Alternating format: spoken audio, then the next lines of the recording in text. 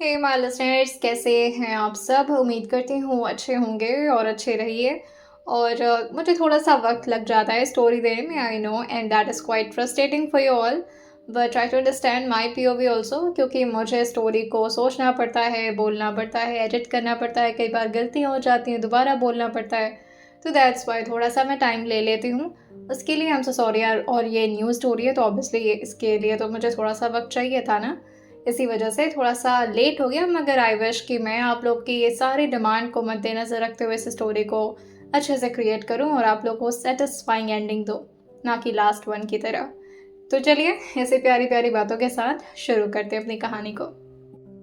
जिस कहानी को आप सुनने जा रहे हैं उसका नाम है डार्क ऑब्सेशन ऑफ साइको आशिक, जिसे मैंने खुद लिखा है। तो चलिए शुरू करते हैं बिना किसी देरी के। कहानी की शुरुआत होती है एक लड़की से जो कि इस वक्त शावर के पानी से नहा रही थी, और इस वक्त उसके चेहरे पर थोड़ी परेशानी नजर आ रही थी, जैसे आजकल उसकी ज़िंदगी में कुछ ठीक ना चल रहा हो। तभी उसे हल्की हल्की आवाज़ आती है, जिस पर वो ध्यान देने के लिए शावर को बंद करती है और आकर के अपने बाथरूम के डोर से टिक जाती है ताकि वो ध्यान से सुन पाए।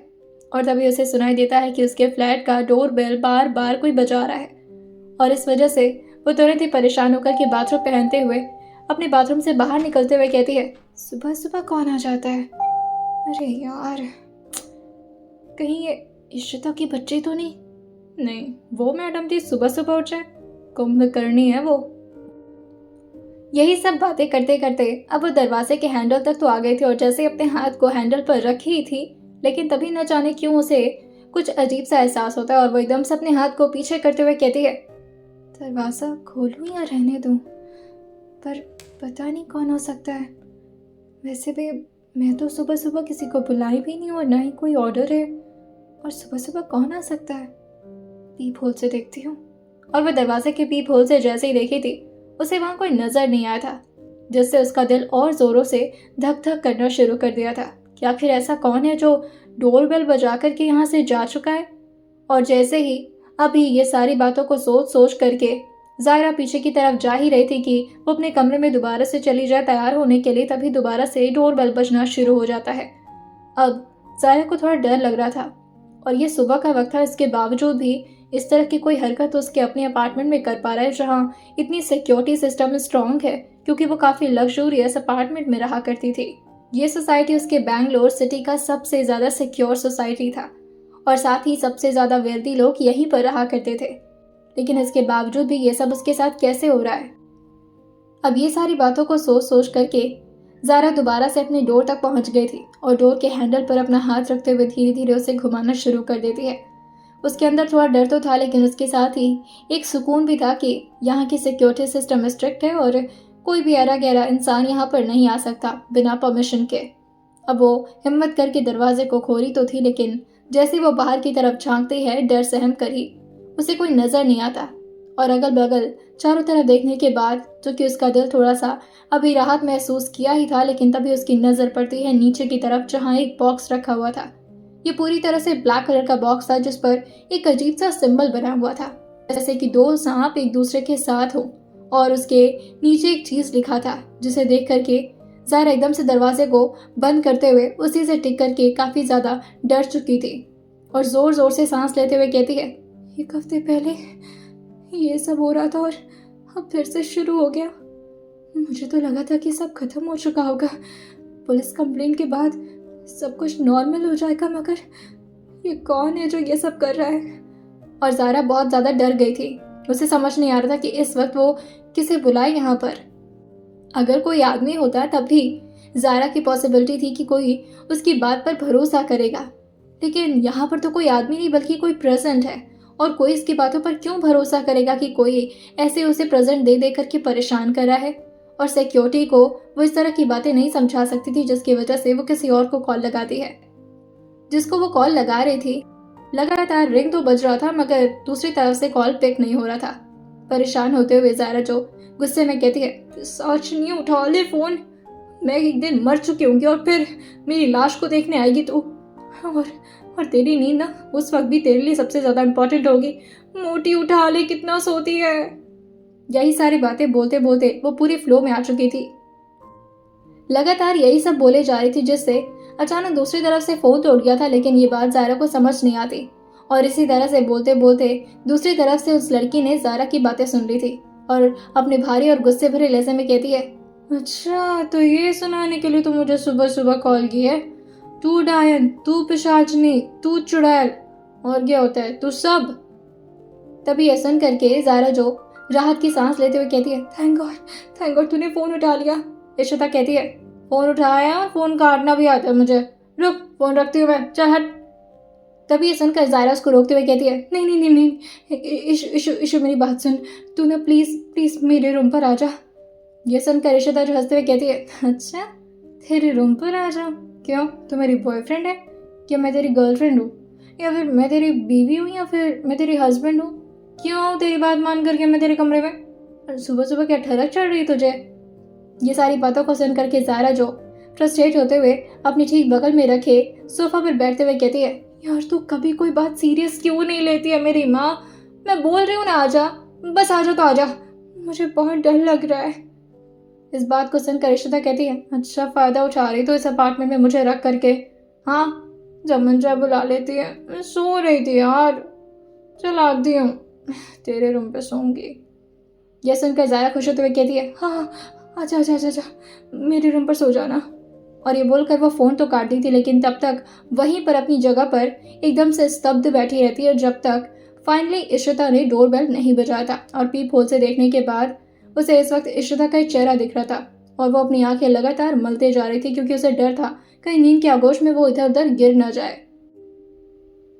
दरवाज़ा खोल करके ज़ारा तो अंदर की तरफ आने लगी थी, लेकिन इशिता जो कि दरवाजे के ठीक डोर स्टेप पर ही खड़ी हो जाती है और किसी चीज़ को देख करके उसे अपने हाथ में उठा ली थी।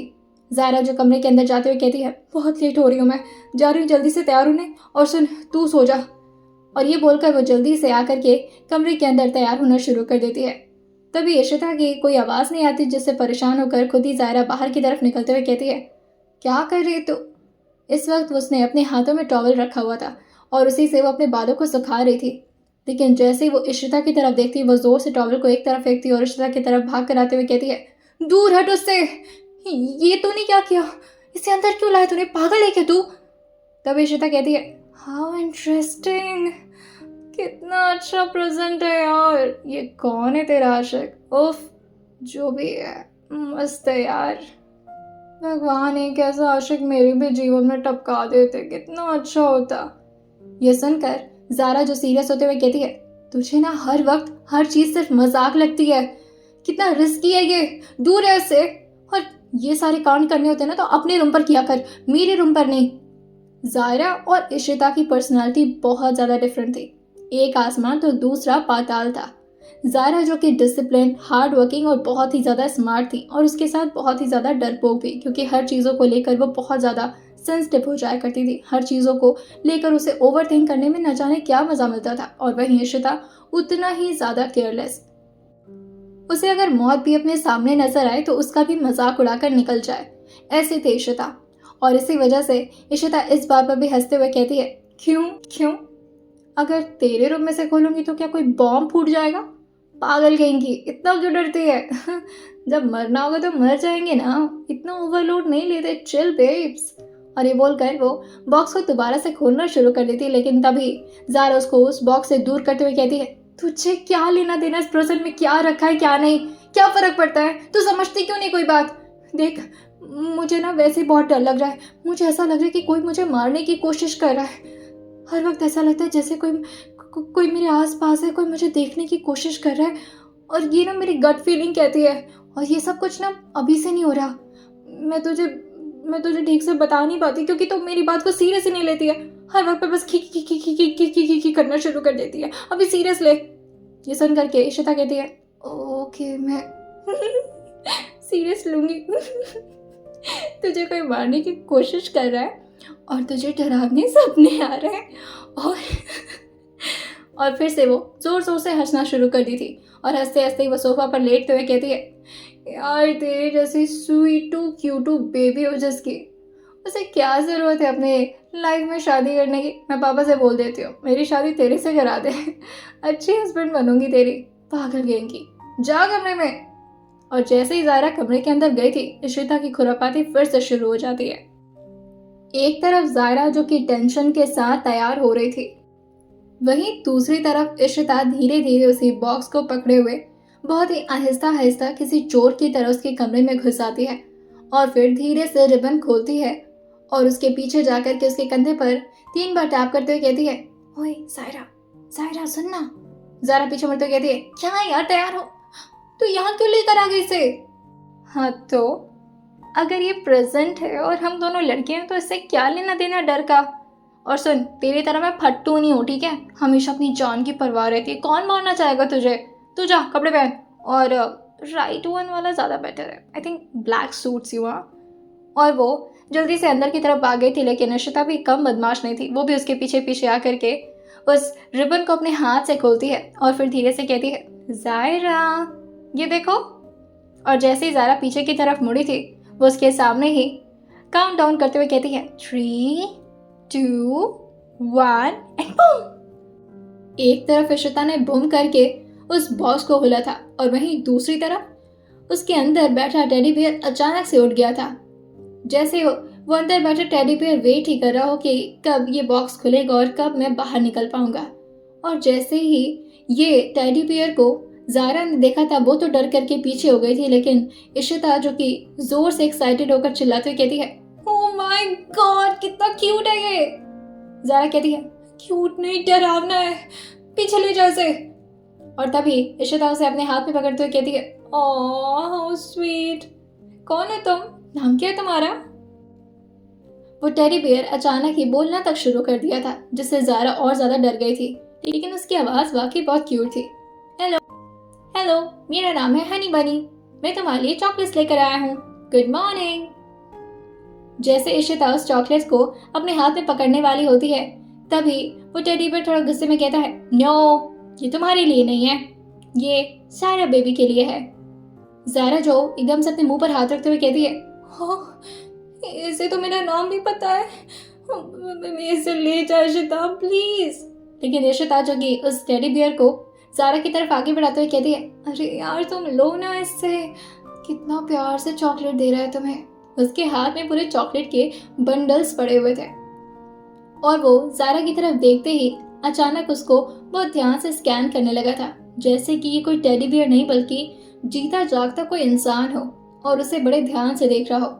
ज़ायरा जो कांपते हुए कहती है, प्लीज तुम जो भी हो मेरा पीछा छोड़ दो, मुझे तुम्हें कोई दिलचस्पी नहीं और मुझे तुम्हारा चॉकलेट भी नहीं चाहिए, कोई प्रेजेंट भी नहीं चाहिए, मुझे डर लगता है, प्लीज मेरी बात मानो, प्लीज यहाँ से चले जाओ, ओके।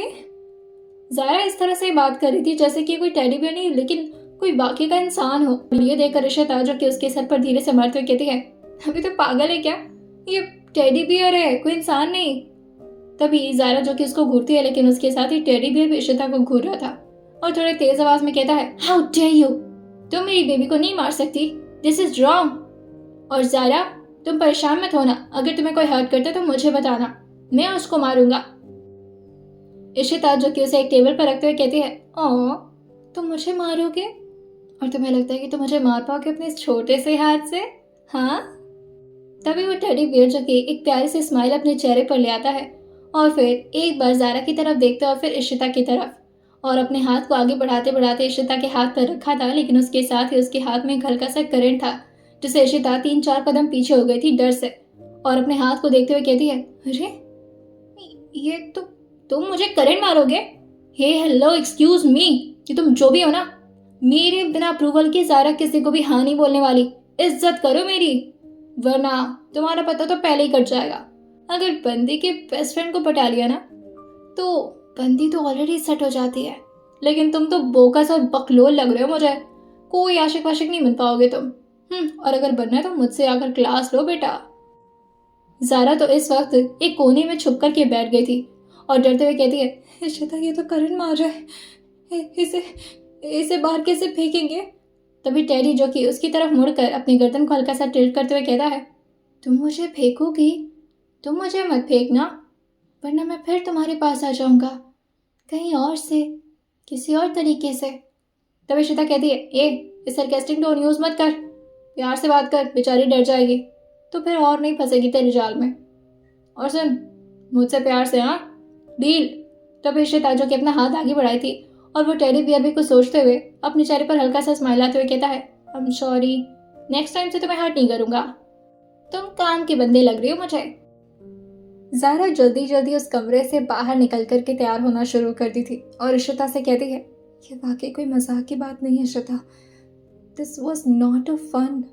तूने मेरे कमरे में रख दिया उस टेडी बियर को, उसे बाहर कर, मुझे नहीं पता, मुझे डर लग रहा है। ये सुनकर इशिता कहती है, यार वो बस एक छोटा सा टेडी बियर है। ये सुनकर ज़ारा कहती है, तू समझ नहीं रही है, वो टेडी बियर किसी ने भेजा होगा ना मेरे लिए, और मुझे उसकी आंखों में भी कुछ अजीब सा लग रहा है। वैसे ये बात कोई गलत नहीं थी क्योंकि उसकी आंखों में वाकई कैमरा लगे हुए थे जो कि ज़ारा को अच्छी तरह से नोटिस कर सकते थे। इशिता इस बात की सीरियसनेस को नहीं समझ रही थी, लेकिन ज़ारा जो बाहर की तरफ अपने पर्स को लेकर निकलते हुए कहती है, आई स्वेयर आज आहाना से बात करके मैं बॉडीगार्ड की वैकेंसीज को और स्ट्रांगली हैंडल करती हूँ। ये मैटर बहुत ज़्यादा टफ होता जा रहा है मेरे लिए और इसी वजह से मैं काम में मन नहीं लगा पा रही। मुझे कुछ ना कुछ करना होगा। और सुन, तू भी इस रूम पर मत रहा, मैं ट्राई करूँगी कि आज मैं तेरे ही रूम में सोऊं। अब मुझे यहाँ और डर लग रहा है। इशिता उसके कंधे पर हाथ रखते हुए कहती है, हे कोई ज़रूरत नहीं है, मैं ही तेरे रूम में रह लूँगी और तू डरना मत, मैं तेरे साथ ही सो लूँगी, चलेगा मुझे, ठीक है? अभी परेशान नहीं हो। तब तक मैं जाती हूँ उस टेडी बियर के साथ थोड़ा एंजॉय करने, वैसे भी बहुत मज़ा आ रहा है मुझे उसके साथ। एक तरफ ज़ारा जो कि बहुत सारे अलर्ट नोट्स इशिता को दे करके बाहर की तरफ निकली थी ताकि वो बहुत ही ज़्यादा अपने आप को संभाल कर रख सके, लेकिन इशिता उसकी एक बात भी ध्यान से नहीं सुनी थी, बस किसी बोरिंग लेक्चर की तरह उसकी सारी बातों को स्किप कर दी थी और दरवाजे को बंद करते हुए कहती है, ओह माय हनी बनी आई एम कमिंग। और वो अभी उस टेबल के ठीक सामने एक चेयर पर जाकर बैठ गई थी और उसके साथ ही लगातार बात करना शुरू कर देती है। वैसे ये टेडी बियर इशिता में ज़रा भी इंटरेस्टेड नहीं लग रहा था। इवन इशिता जो की रह करके उसके सर पर भी मारी जा रही थी और फिर थोड़े गुस्से में कहती है, ए तुम मुझसे बात क्यों नहीं कर रहा? बात करना मुझसे। इस टेडी बियर को सिर्फ ज़ारा के बारे में ही बात करने में इंटरेस्ट आ रहा था, बाकी सारी बातों को वो भी हवा में उड़ा दे रहा था।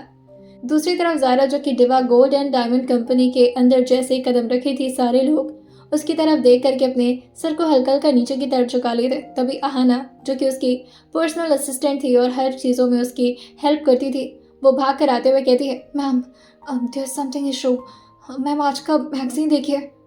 और जैसे ही उसने मैगजीन खोल करके देखना शुरू किया था, वो एकदम से अपनी जगह पर रुक जाती है क्योंकि ये ग्राफ जो कि इस वक्त ठीक सामने उसके नज़र आ रहा था वो उसके कंपनी का ही था और किस तरह से उसकी कंपनी का ग्राफ दिन प्रतिदिन नीचे की तरफ गिरता जा रहा है। वह अपनी दोस्त के सामने बस कमज़ोर बनती थी, बाकी ऑफिस में उसका एक अलग ही रुतबा रहता था। और ये सारे मैगजीन और न्यूज़ की तरफ उसका ध्यान जैसे ही गया था, वो काफ़ी गुस्से में उस मैगजीन को एक तरफ फेंकती और आहाना को कमांड देते हुए कहती है, Aahana I want an urgent executive council meeting और मुझे उसमें top tier dealers, financial advisors और लीगल काउंसिल चाहिए। And I just want a strategy to counter this sabotage and restore Diva Gold's and Diamond's market position. Just do it right now. और ये बोल करके वो अपने कैबिन की तरफ काफ़ी फ्रस्ट्रेशन के साथ निकल जाती है। हाँ, वो सबके सामने तो बहुत स्ट्रांग बनने का एक्टिंग करती थी, लेकिन जैसे ही वो अपने कैबिन तक पहुंची थी, अंदर जाती वो दरवाजे को ज़ोर से बंद करती और अपने चेयर पर बैठते हुए अपने हाथ को अपने सामने के कांच के काउंटर पर रखते हुए कहती है, कहीं ऐसा तो नहीं कि मैं हार रही हूँ सही में, और ये बात मुझे समझ में नहीं आ रही है। मैंने पापा से बहुत जिद की थी कि इस कंपनी को मैं हैंडल कर लूँगी, लेकिन जब से पापा मेरे साथ नहीं है, मुझे ऐसा लग रहा है कि मुझसे कुछ नहीं हो पाएगा। क्यों कॉन्सेंट्रेट नहीं कर पा रही हूँ मैं? क्या प्रॉब्लम आ गई है मुझ में? मुझे ये करना होगा, किसी भी कीमत पर करना होगा। ज़ाहिरा, तुम्हारी डिस्ट्रैक्शंस तुम्हारी कंपनी पर अफेक्ट नहीं डाल सकती, वरना मैं पापा को क्या जवाब दूँगी? और वो बहुत जल्द ठीक भी तो होने वाले हैं ना। हाँ, उनकी बेटी हार नहीं सकती, नहीं हार सकती, कभी नहीं हार सकती। तभी आहाना आ करके धीरे से दरवाजे को नॉक करते हुए कहती है, मैम मे आई कम इन? ज़ारा इस वक्त थोड़ा इमोशनल हो रखी थी और साथ ही किसी और ही सोच में डूबी हुई थी, लेकिन जैसे आहाना की आवाज़ ने उसे डिस्टर्ब किया था, वो भी अपने सारे ख्वाब को तोड़ करके रियलिटी में वापस आ जाती है और फिर बहुत स्ट्रिक्ट चेहरे के साथ उसकी तरफ देखते हुए कहती है, बोलो, सुन रही हूँ। आहाना जो उसे धीरे से कहती है, मैम वो एक्चुअली कॉन्फ्रेंस मीटिंग के लिए सब रेडी हैं, आप प्लीज़ आ जाएंगी? ये सुन करके ज़ारा जो प्रॉपरली खड़े होते हुए कहती है, चलो मैं आती हूँ, और हाँ सबको बोल दो कि रेडी रहे, मुझे जवाब चाहिए कि आखिर हो क्या रहा है मेरी कंपनी में। इस तरह का मजाक मैं बर्दाश्त नहीं कर सकती हूँ। Just go and tell them. और हाँ, एक और चीज़, मुझे प्रॉपर ग्राफ चाहिए प्रोजेक्टर पर। मैं देखना चाहती हूँ कि आखिर ये लॉस हो क्यों रहा है। Just go and tell them. एक लग्जूरियस कांच से बनी हुई ऊंची बिल्डिंग दिवा गोल्ड्स एंड डायमंड्स के नाम पर थी। ये कंपनी वाकई ही बहुत मशहूर हुआ करती थी एक वक्त पर, मगर जैसे ही अब जायरा के डैड की तबीयत थोड़ी बहुत ख़राब होना शुरू हुई थी, तभी से इस कंपनी में भी काफ़ी ज़्यादा लॉस देखने को मिल रहा था। लेकिन उसके बाद इसे जायरा ने संभालने की पूरी उम्मीद अपने अंदर बांध ली थी और उसी उम्मीद के साथ अब वो आगे बढ़ती गई। लेकिन धीरे धीरे करके कई बार ऐसा हुआ था जब उसे ऐसा लगता था कि वो बिल्कुल हार चुकी है। आज इसी तरह से वो कॉन्फ्रेंस रूम में खुद को संभाले हुए जाती तो है, लेकिन अंदर ही अंदर उसे काफ़ी ज़्यादा तकलीफ महसूस हो रही थी कि अगर वो इस कंपनी को नहीं संभाल पाई तो क्या होगा।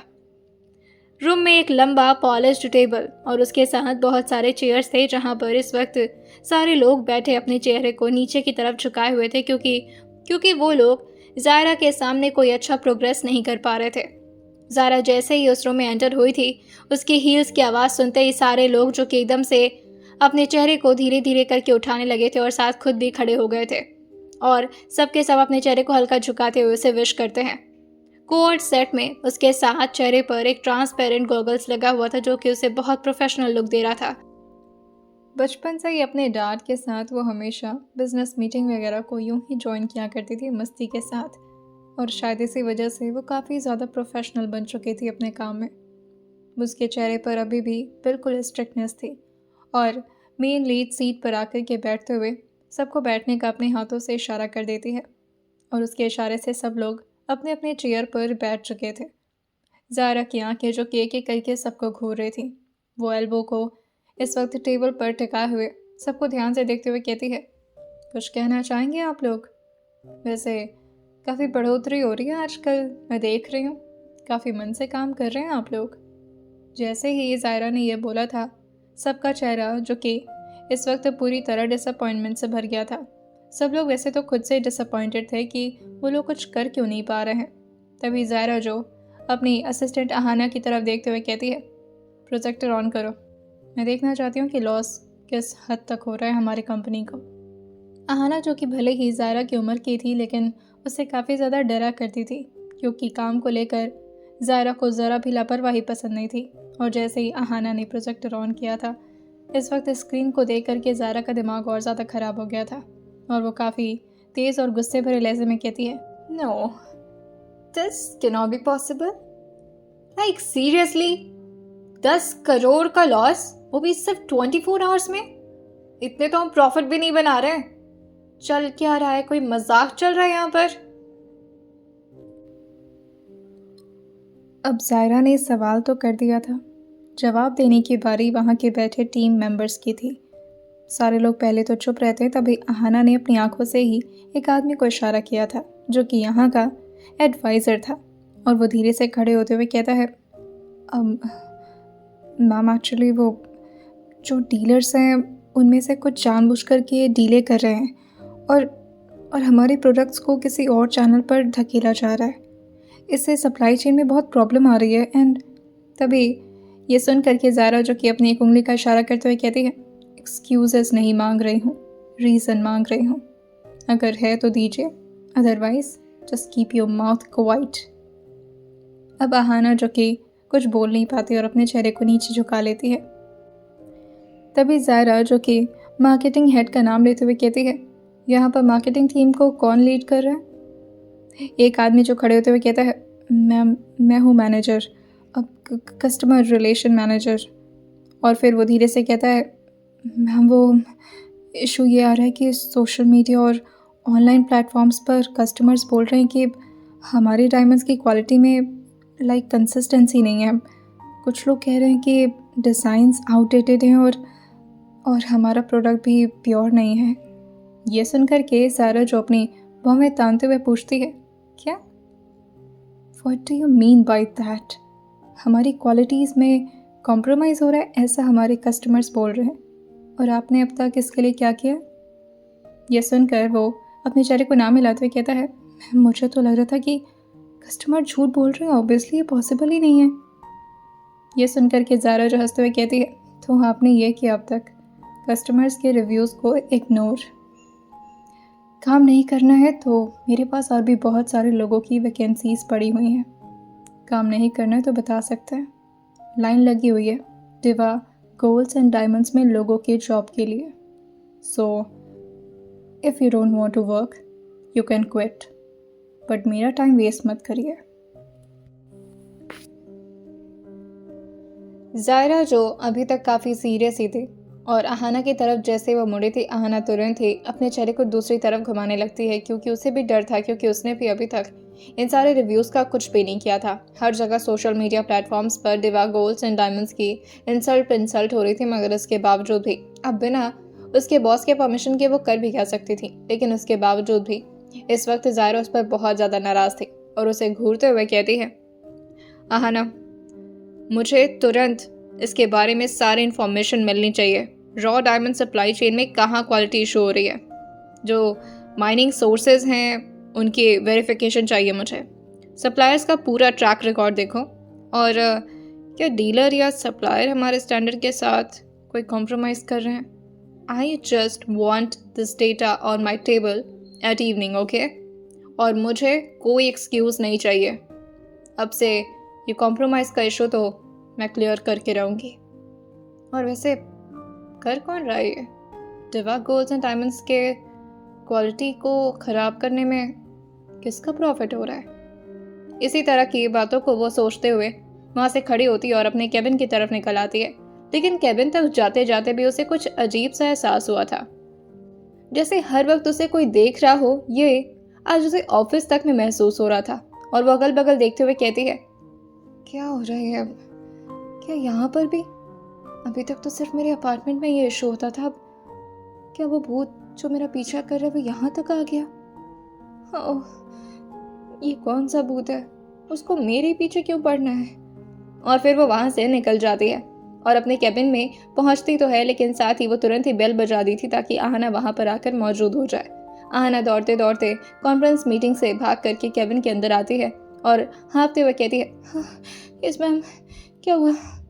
उसकी आवाज़ को सुनकर ज़ायरा जो उसकी तरफ घूरते हुए कहती है, मैराथन से जीत कर आ रही हो, इतना क्यों हाँफ रही हो? मैं भी तो चल कर आई हूँ ना।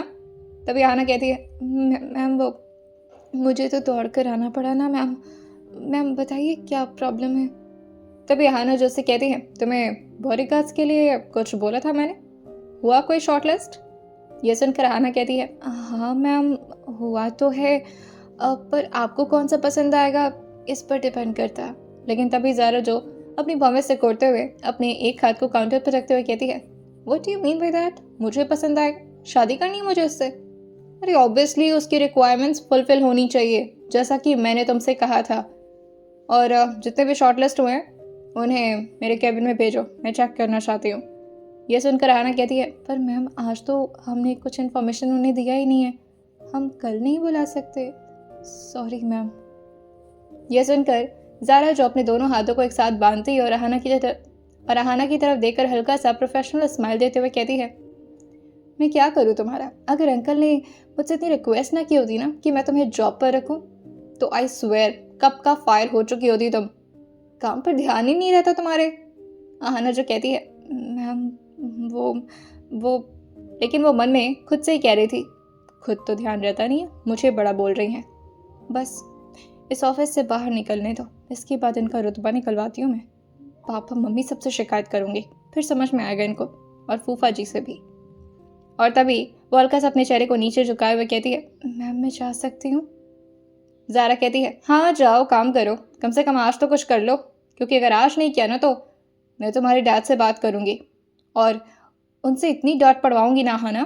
तभी आहना कहती है, बस अब मुझे लगता है कि आपका दीदी वाला वर्जन बाहर आ रहा है, मैं बाहर जाती हूँ। और ये बोलकर वो जल्दी से बाहर की तरफ निकल जाती है।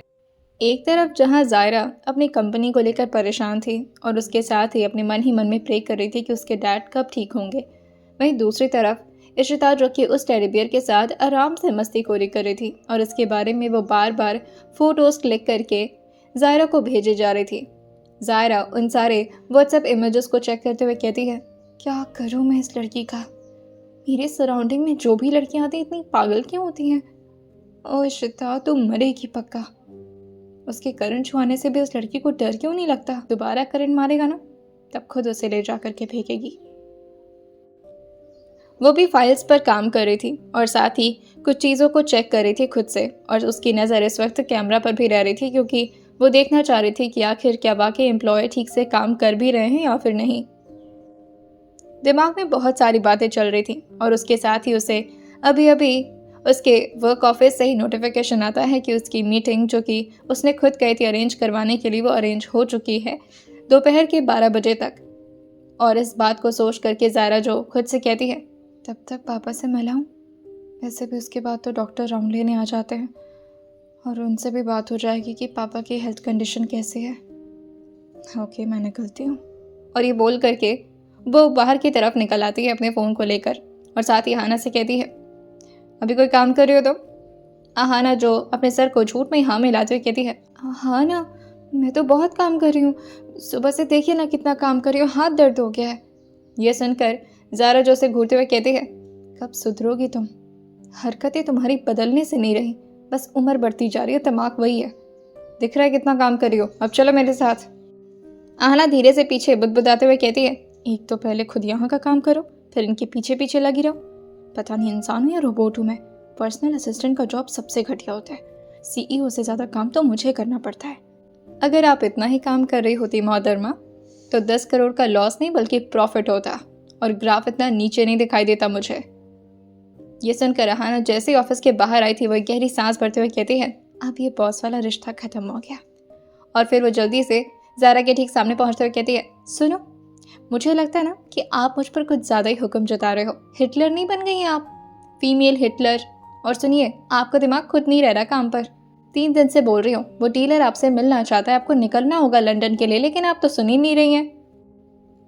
और वहीं आगे आहाना उससे कहती है, आपको कितनी बार बोली हूँ मैं, लंदन जाकर के उस ऑर्डर के लिए डील फाइनल करना होगा आपको, और आप खुद ही कर सकती हैं, कोई और नहीं जा सकता आपके बदले। भरोसा नहीं करेंगे ना आपके अलावा, इसी वजह से आप जाने को तैयार ही नहीं है। ये सारी बातें ज़ायरा सुनते हुए कहती है, टोन कितनी चेंज हो गई तुम्हारी। सबसे पहले हॉस्पिटल नहीं, मुझे लगता है तुम्हारे घर चलना चाहिए। मुझे अंकल से बात करती हूँ। तुम ना तमीज़ सीख लो मुझसे बात करने से पहले, वरना जान लेना अच्छा नहीं होगा तुम्हारे लिए। तभी गाड़ी में आकर के आना बैठते हुए कहती है, सच बताइए, काम में दिल नहीं लग रहा है ना? कुछ दिन का वेकेशन क्यों नहीं ले लेती हैं आप? और वैसे भी जहाँ तक आपकी फैमिली कंडीशन है, आई अंडरस्टैंड कि आपको प्रॉब्लम हो रही होगी, इतना क्यों खुद को फोर्स कर रही हैं? काम है, कोई जान थोड़ी ना है, और उसके चक्कर में मुझे लग रहा है आप अपनी जान दे देंगी। जैसे ही ज़ारा ने ये सुना था, अभी तो वो गाड़ी स्टार्ट करने वाली होती, लेकिन तुरंत ही ब्रेक पर काफ़ी ज़ोर से अपना पैर मारते हुए कहती है, हे, जान क्यों जाएगी मेरी? मरने नहीं वाली हूँ मैं, पागल हो गई हूँ क्या? और काम से मरने का और जीने का क्या लेना देना? उसको मरने से कुछ ज़्यादा ही डर लगता था, और आहाना ने यही बात बोल दी थी, जिससे वो एकदम से अपना कान पकड़ते हुए कहती है, सॉरी, आप तो बहुत डरपोक है ना दीदू। वैसे एक बात बताओ, अकेले फ्लैट में रहते कैसे हो आप? ये सुनकर ज़ारा कहती है, बस करो अब, ज़्यादा मजाक करने की ज़रूरत नहीं, लेकिन दोबारा से मरने के बारे में बात मत करना। आहाना कहती है, अगर आप सामने नहीं देखोगे ना, तो हो सकता है हमारा यहीं पर एक्सीडेंट हो जाए। ये सुन करके ज़ारा अपना कान बंद करते हुए कहती है, ये मेरे सराउंडिंग में सब इतने निगेटिव क्यों सोचते हैं यार? थोड़ा पॉजिटिव बातें क्यों नहीं करते तुम लोग? तुम लोग के साथ रह कर ही मेरे साथ सब कुछ नेगेटिव हो रहा है। गाड़ी में बैठी ज़ायरा और आहाना की कॉन्वर्सेशन जो कि जारी थी, लेकिन उसमें सबसे ज़्यादा बातें आहाना ही कर रही थी, क्योंकि ज़ायरा का पूरा ध्यान इस वक्त गाड़ी चलाने पर था। बार बार वो साइड व्यू मिरर से देख रही थी कि कहीं कोई गाड़ी तो नहीं आ रही। न जाने क्यों उसे मरने से इतना डर लगता था। आहाना उसकी तरफ देखते हुए कहती है, क्या हो गया, इतने डर क्यों रही हो आप? सॉरी मैम, आप इतना डर क्यों नहीं है? ज़ारा जो स्टीयरिंग पर अपना हाथ कसते हुए कहती है, जैसे मैंने गाड़ी स्टार्ट की तूने क्या बोला? एक्सीडेंट हो जाएगा। और हमारे साथ तो कोई बॉडीगार्ड्स भी नहीं। आहाना, तू बॉडीगार्ड्स कब रख रही है? आहाना जो ज़ारा की तरफ देखते हुए कहती है, अरे अब ऐसी रिक्वायरमेंट्स है आपकी, फुलफिल ही नहीं हो पा रही है, लेकिन फिर भी मैंने कुछ लोगों को शॉर्टलिस्ट किया है, आप कल देख लेना। आई स्वेयर आपको कोई ना कोई ज़रूर पसंद आ जाएगा। ज़ारा जो अहाना के इस बात को समझते हुए कहती है, सब समझ में आ रहा है। कैसी पसंद? हाँ, कोई पसंद वसंद की ज़रूरत नहीं है। और अब तो मैं सोच रही हूँ ना 4-5 ही रख लूँ, एक से काम नहीं चलेगा मेरा। ज़ायरा की बात पर अहाना हल्का सा हंसते हुए कहती है, जिस लेवल का आपका डर है ना, आई डोंट थिंक सो कि 4-5 बॉडीगार्ड्स भी उसे ख़त्म कर पाएंगे। मुझे लगता है कि आपको 50-60 रख लेनी चाहिए। ये सेंचुरी ही कंप्लीट कर दो। मेरी डरपोक दीदू। ज़ायरा उसकी तरफ जैसे ही घूरी थी अहाना, जो कि अपने टोन को चेंज करते हुए कहती है, आई मीन मेरी इंटेलिजेंस सीईओ मैडम। ज़ायरा जो गुस्से में स्पीड को काफ़ी तेज़ बढ़ाने लगी थी, लेकिन फिर अपने आप को कंट्रोल करते हुए कहती है, नहीं, एक्सीडेंट हो जाएगा, बस गाड़ी चलाओ, सब ठीक होगा, जल्द से जल्द हॉस्पिटल पहुंच जाएंगे। और इसी तरह से वो बातें करते करते आराम से ड्राइविंग कर रही थी, लेकिन शायद उसकी किस्मत में उसे और ज़्यादा डराना लिखा था। और आज के दिन वही होता है जिसका उसे सबसे ज़्यादा डर था। पीछे से गाड़ी आकर के अचानक ही काफ़ी ज़ोर से उसकी गाड़ी को ठोकर मारी थी। जैसे ही गाड़ी को ठोकर लगी थी, ज़ायरा के एक्सप्रेशन और अहाना के एक्सप्रेशन में बहुत अंतर था। एक तरफ अहाना जो गुस्से में विंडो की तरफ झांकते हुए कहती है, कौन है ये, हमारी गाड़ी को ठोकर मार रहा है, कुत्ता। लेकिन तभी ज़ायरा जो उसके हाथ को पकड़ते हुए कहती है, विंडो मत खोलना अहाना, विंडो मत खोलना, पता नहीं कौन होगा। हम स्पीड बढ़ाते हैं कार की। स्पीड बढ़ाने के बावजूद भी थोड़ा देर तो उस गाड़ी से छुटकारा मिल गया था, लेकिन दोबारा से साइड व्यू मिरर से इस वक्त ज़ायरा अच्छी तरह से देख पा रही थी कि ये वही गाड़ी है जो कि थोड़ी देर पहले उसकी गाड़ी को ठोकर मारी है। ज़ायरा एकदम से अपना दिल थाम लेती है और अहाना का हाथ पकड़ते हुए कहती है, तेरी ज़ुबान तो बड़ी काली है यार अहाना, बोला था ना मैंने, इस तरह की बातें नहीं बोलते हैं, सच हो जाती है कभी कभी। तभी अहाना कहती है, अरे ऐसा होता है क्या? पर मैं तो हमेशा कहती हूँ कि आपके पास थोड़ा दिमाग आ जाए, वो तो नहीं आया अभी तक। अच्छी बात है, सच नहीं होती क्या? अभी भी अहाना को मजाक लग रहा था और ज़ायरा जो उसकी तरफ घूरते हुए कहती है, बहुत शैतान हो गई अहाना, चुप करके बैठ जा, मुझे ड्राइव करने पर फोकस करने दे, बातें मत कर मुझसे। ये सुनकर अहाना कहती है, खुद तो चटर चटर बतियाई जा रही है, मेरे को बोल रही हैं, और अगर अभी इसने ठोकर मारी ना, आई स्वेयर मैं बाहर निकल के। लेकिन तभी उसने इतना बोला था, जोर से दोबारा से गाड़ी को ठोकर लगती है, जिससे दोनों आउच की आवाज़ करके आगे की तरफ उछक गई थी। तभी ज़ायरा जो अपने स्टीयरिंग पर अपना हाथ कसते हुए थोड़ा डरते हुए कहती है, ये क्या हमें टारगेट कर रहा है? मतलब पिछली बार धोखे से नहीं हुआ था? शिट, अब क्या करें? कहीं ये वही तो नहीं जो मुझे हर दिन गिफ्ट्स भेजता है और मैं इसके गिफ्ट्स के रिप्लाई ठीक से, इशिता ने कुछ बोल तो नहीं दिया, कमीने ने कोई गाली तो नहीं दे दिया ना उस टेडी बियर को? कुछ तो हो रहा है, मुझे कुछ समझ क्यों नहीं आ रहा, मैं पागल हो जाऊंगी। तभी अहाना कहती है, रुको मैं देखती हूँ। दरवाजे को जैसे ही अभी अहाना खोलने वाली होती है, ज़ायरा उसका हाथ पकड़ते हुए कहती है, नहीं अहाना, हम बाहर नहीं निकल सकते। हाँ, हम ऐसे बाहर नहीं निकल सकते, हमारे पास कोई सेफ्टी का सामान भी नहीं है, गन तक नहीं है हमारे पास। अहाना जो कहती है, ये आपकी बातें शुरू मरने से मारने से क्यों होती हैं? मैं मारने थोड़ा जा रही हूँ उसको, बात भी तो कर सकते हैं ना हम। ज़ायरा उसको अपनी एक उंगली दिखाकर शांत करते हुए कहती है, चुप हो जाओ, यहीं पर चुपचाप बैठी रहो, मैं गाड़ी की स्पीड और बढ़ाती हूँ, हम इस गाड़ी को डिस्टार्ट कर देंगे। और ये बोलकर वो फिर से गाड़ी चलाना शुरू कर दी थी। लेकिन अहाना का पारा गर्म हो रहा था और उसे गुस्सा आ रहा था कि इतनी अच्छी सी प्यारी सी कार को कोई कैसे मार सकता है। अब ज़ायरा की स्पीड और ज़्यादा तेज़ तो हो गई थी, लेकिन आगे के नज़ारे को देखकर ज़ायरा और अहाना ने दोनों अपने अपने सर पकड़ लिए थे, क्योंकि आगे ट्रैफिक लगा हुआ था। और अब उस गाड़ी को, ज़ायरा की गाड़ी को ढूंढने में ज़्यादा प्रॉब्लम नहीं होती, क्योंकि ज़ायरा की गाड़ी आसपास की सारी गाड़ियों से ज़्यादा लग्जूरियस और साथ ही ज़्यादा बड़ी थी। ज़ायरा अपना मुंह बनाते हुए कहती है, ओह मेरी फूटी किस्मत, अब क्या करें, अब बताना अहाना क्या करें? तभी अहाना कहती है, भीड़ है, यहाँ पर कोई ठोकर वोकर नहीं मारने की औकात है उसकी। लेकिन जैसे अहाना ने ये बोला था, बार बार ये शख्स उसे चैलेंज कर दे रहा था। अभी उसने बोला ही था कि ठोकर वो नहीं मार सकता, नहीं हिट कर सकता ज़ायरा की गाड़ी को, क्योंकि यहाँ पर तो ट्रैफिक है और सबका तो खौफ होगा उसे। लेकिन तभी अचानक से दोबारा उनके बंद गाड़ी थोड़ी सी आगे की तरफ चली जाती है, क्योंकि पीछे से वही गाड़ी दोबारा से उन्हें हिट की थी। अब तो अहाना का दिमाग बहुत ज़्यादा ख़राब हो चुका था और ज़ायरा भी उसे रोक नहीं सकती थी, और वो गुस्से में बाहर निकलते हुए कहती है, आज तो मैं इसकी चटनी बनाऊंगी। कौन है ये जो मेरी गाड़ी के पीछे, मेरी दीदू की गाड़ी के पीछे पड़ा है? और फिर उसी गाड़ी के ठीक सामने आकर के पहले तो उसके बोनट पर अपना हाथ मारती है और फिर आकर के विंडो के पास अपने हाथ फोल्ड करके खड़े होते हुए कहती है, ओ मिस्टर, बाहर निकलो तुम। तभी वो शख्स विंडो को नीचे करते हुए कहता है, क्या हुआ? जैसे ही इस टोन को अहाना ने सुना था, वो अपना हाथ और जोर से फोल्ड करते हुए कहती है, तुम्हारी तो तुम बाहर निकलो। और फिर वो अपनी उंगली का इशारा करके उसे बाहर की तरफ बुला रही थी और चिल्लाते हुए कहती है, एक तो गलती करते हो, ऊपर से टोन देखो, सॉरी बोलना चाहिए, पैर पड़ना चाहिए तुम्हें, मेरे भी और मेरी दीदू कहाँ है? और फिर वो जल्दी से भाग कर जाती है और ज़ारा को बाहर निकालते हुए कहती है, चलो बाहर आओ ना, ऐसे कैसे डर सकती हो? आपकी गाड़ी को बार बार हिट कर रहा है ये, चलो बाहर आओ। तभी ज़ारा जो बाहर निकलते हुए कहती है, जाने देना हना, क्या अब समझ क्यों नहीं रही है, ज़्यादा तगड़ा हुआ तो? और तभी आहना कहती है, मेरी ज़बान से ज़्यादा कोई तगड़ा नहीं हो सकता, देखा कितनी काली ज़बान है, एक्सीडेंट बोला एक्सीडेंट हो गया, सोचो अगर मैं इसकी मौत बोल दूंगी तो कल इसकी मौत हो जाएगी। आप टेंशन मत लो, मेरे पास बहुत सुपर पावर्स हैं, चलो बस। अब अपने साथ ही साथ वो ज़ारा को भी उसी आदमी के ठीक सामने लाकर खड़ा कर देती है और अभी भी वो शख्स जो कि गाड़ी में बैठा हुआ था, जिसे आहना उसकी तरफ हल्का सा झुकते हुए कहती है, ओ मेरे लल्लू लाल, डर गए क्या? बाहर आने में पैर कांप रहे या फिर दिल थम गया है तुम्हारा? सांस तो नहीं रुक रही ना बच्चे? आहना की इस टोन को सुन करके वो काफ़ी गुस्से में दरवाजे को खोला था, जिससे वो आहना तुरंत ही ज़ारा को हल्का सा पीछे कर लेती है ताकि उसको चोट ना लगे।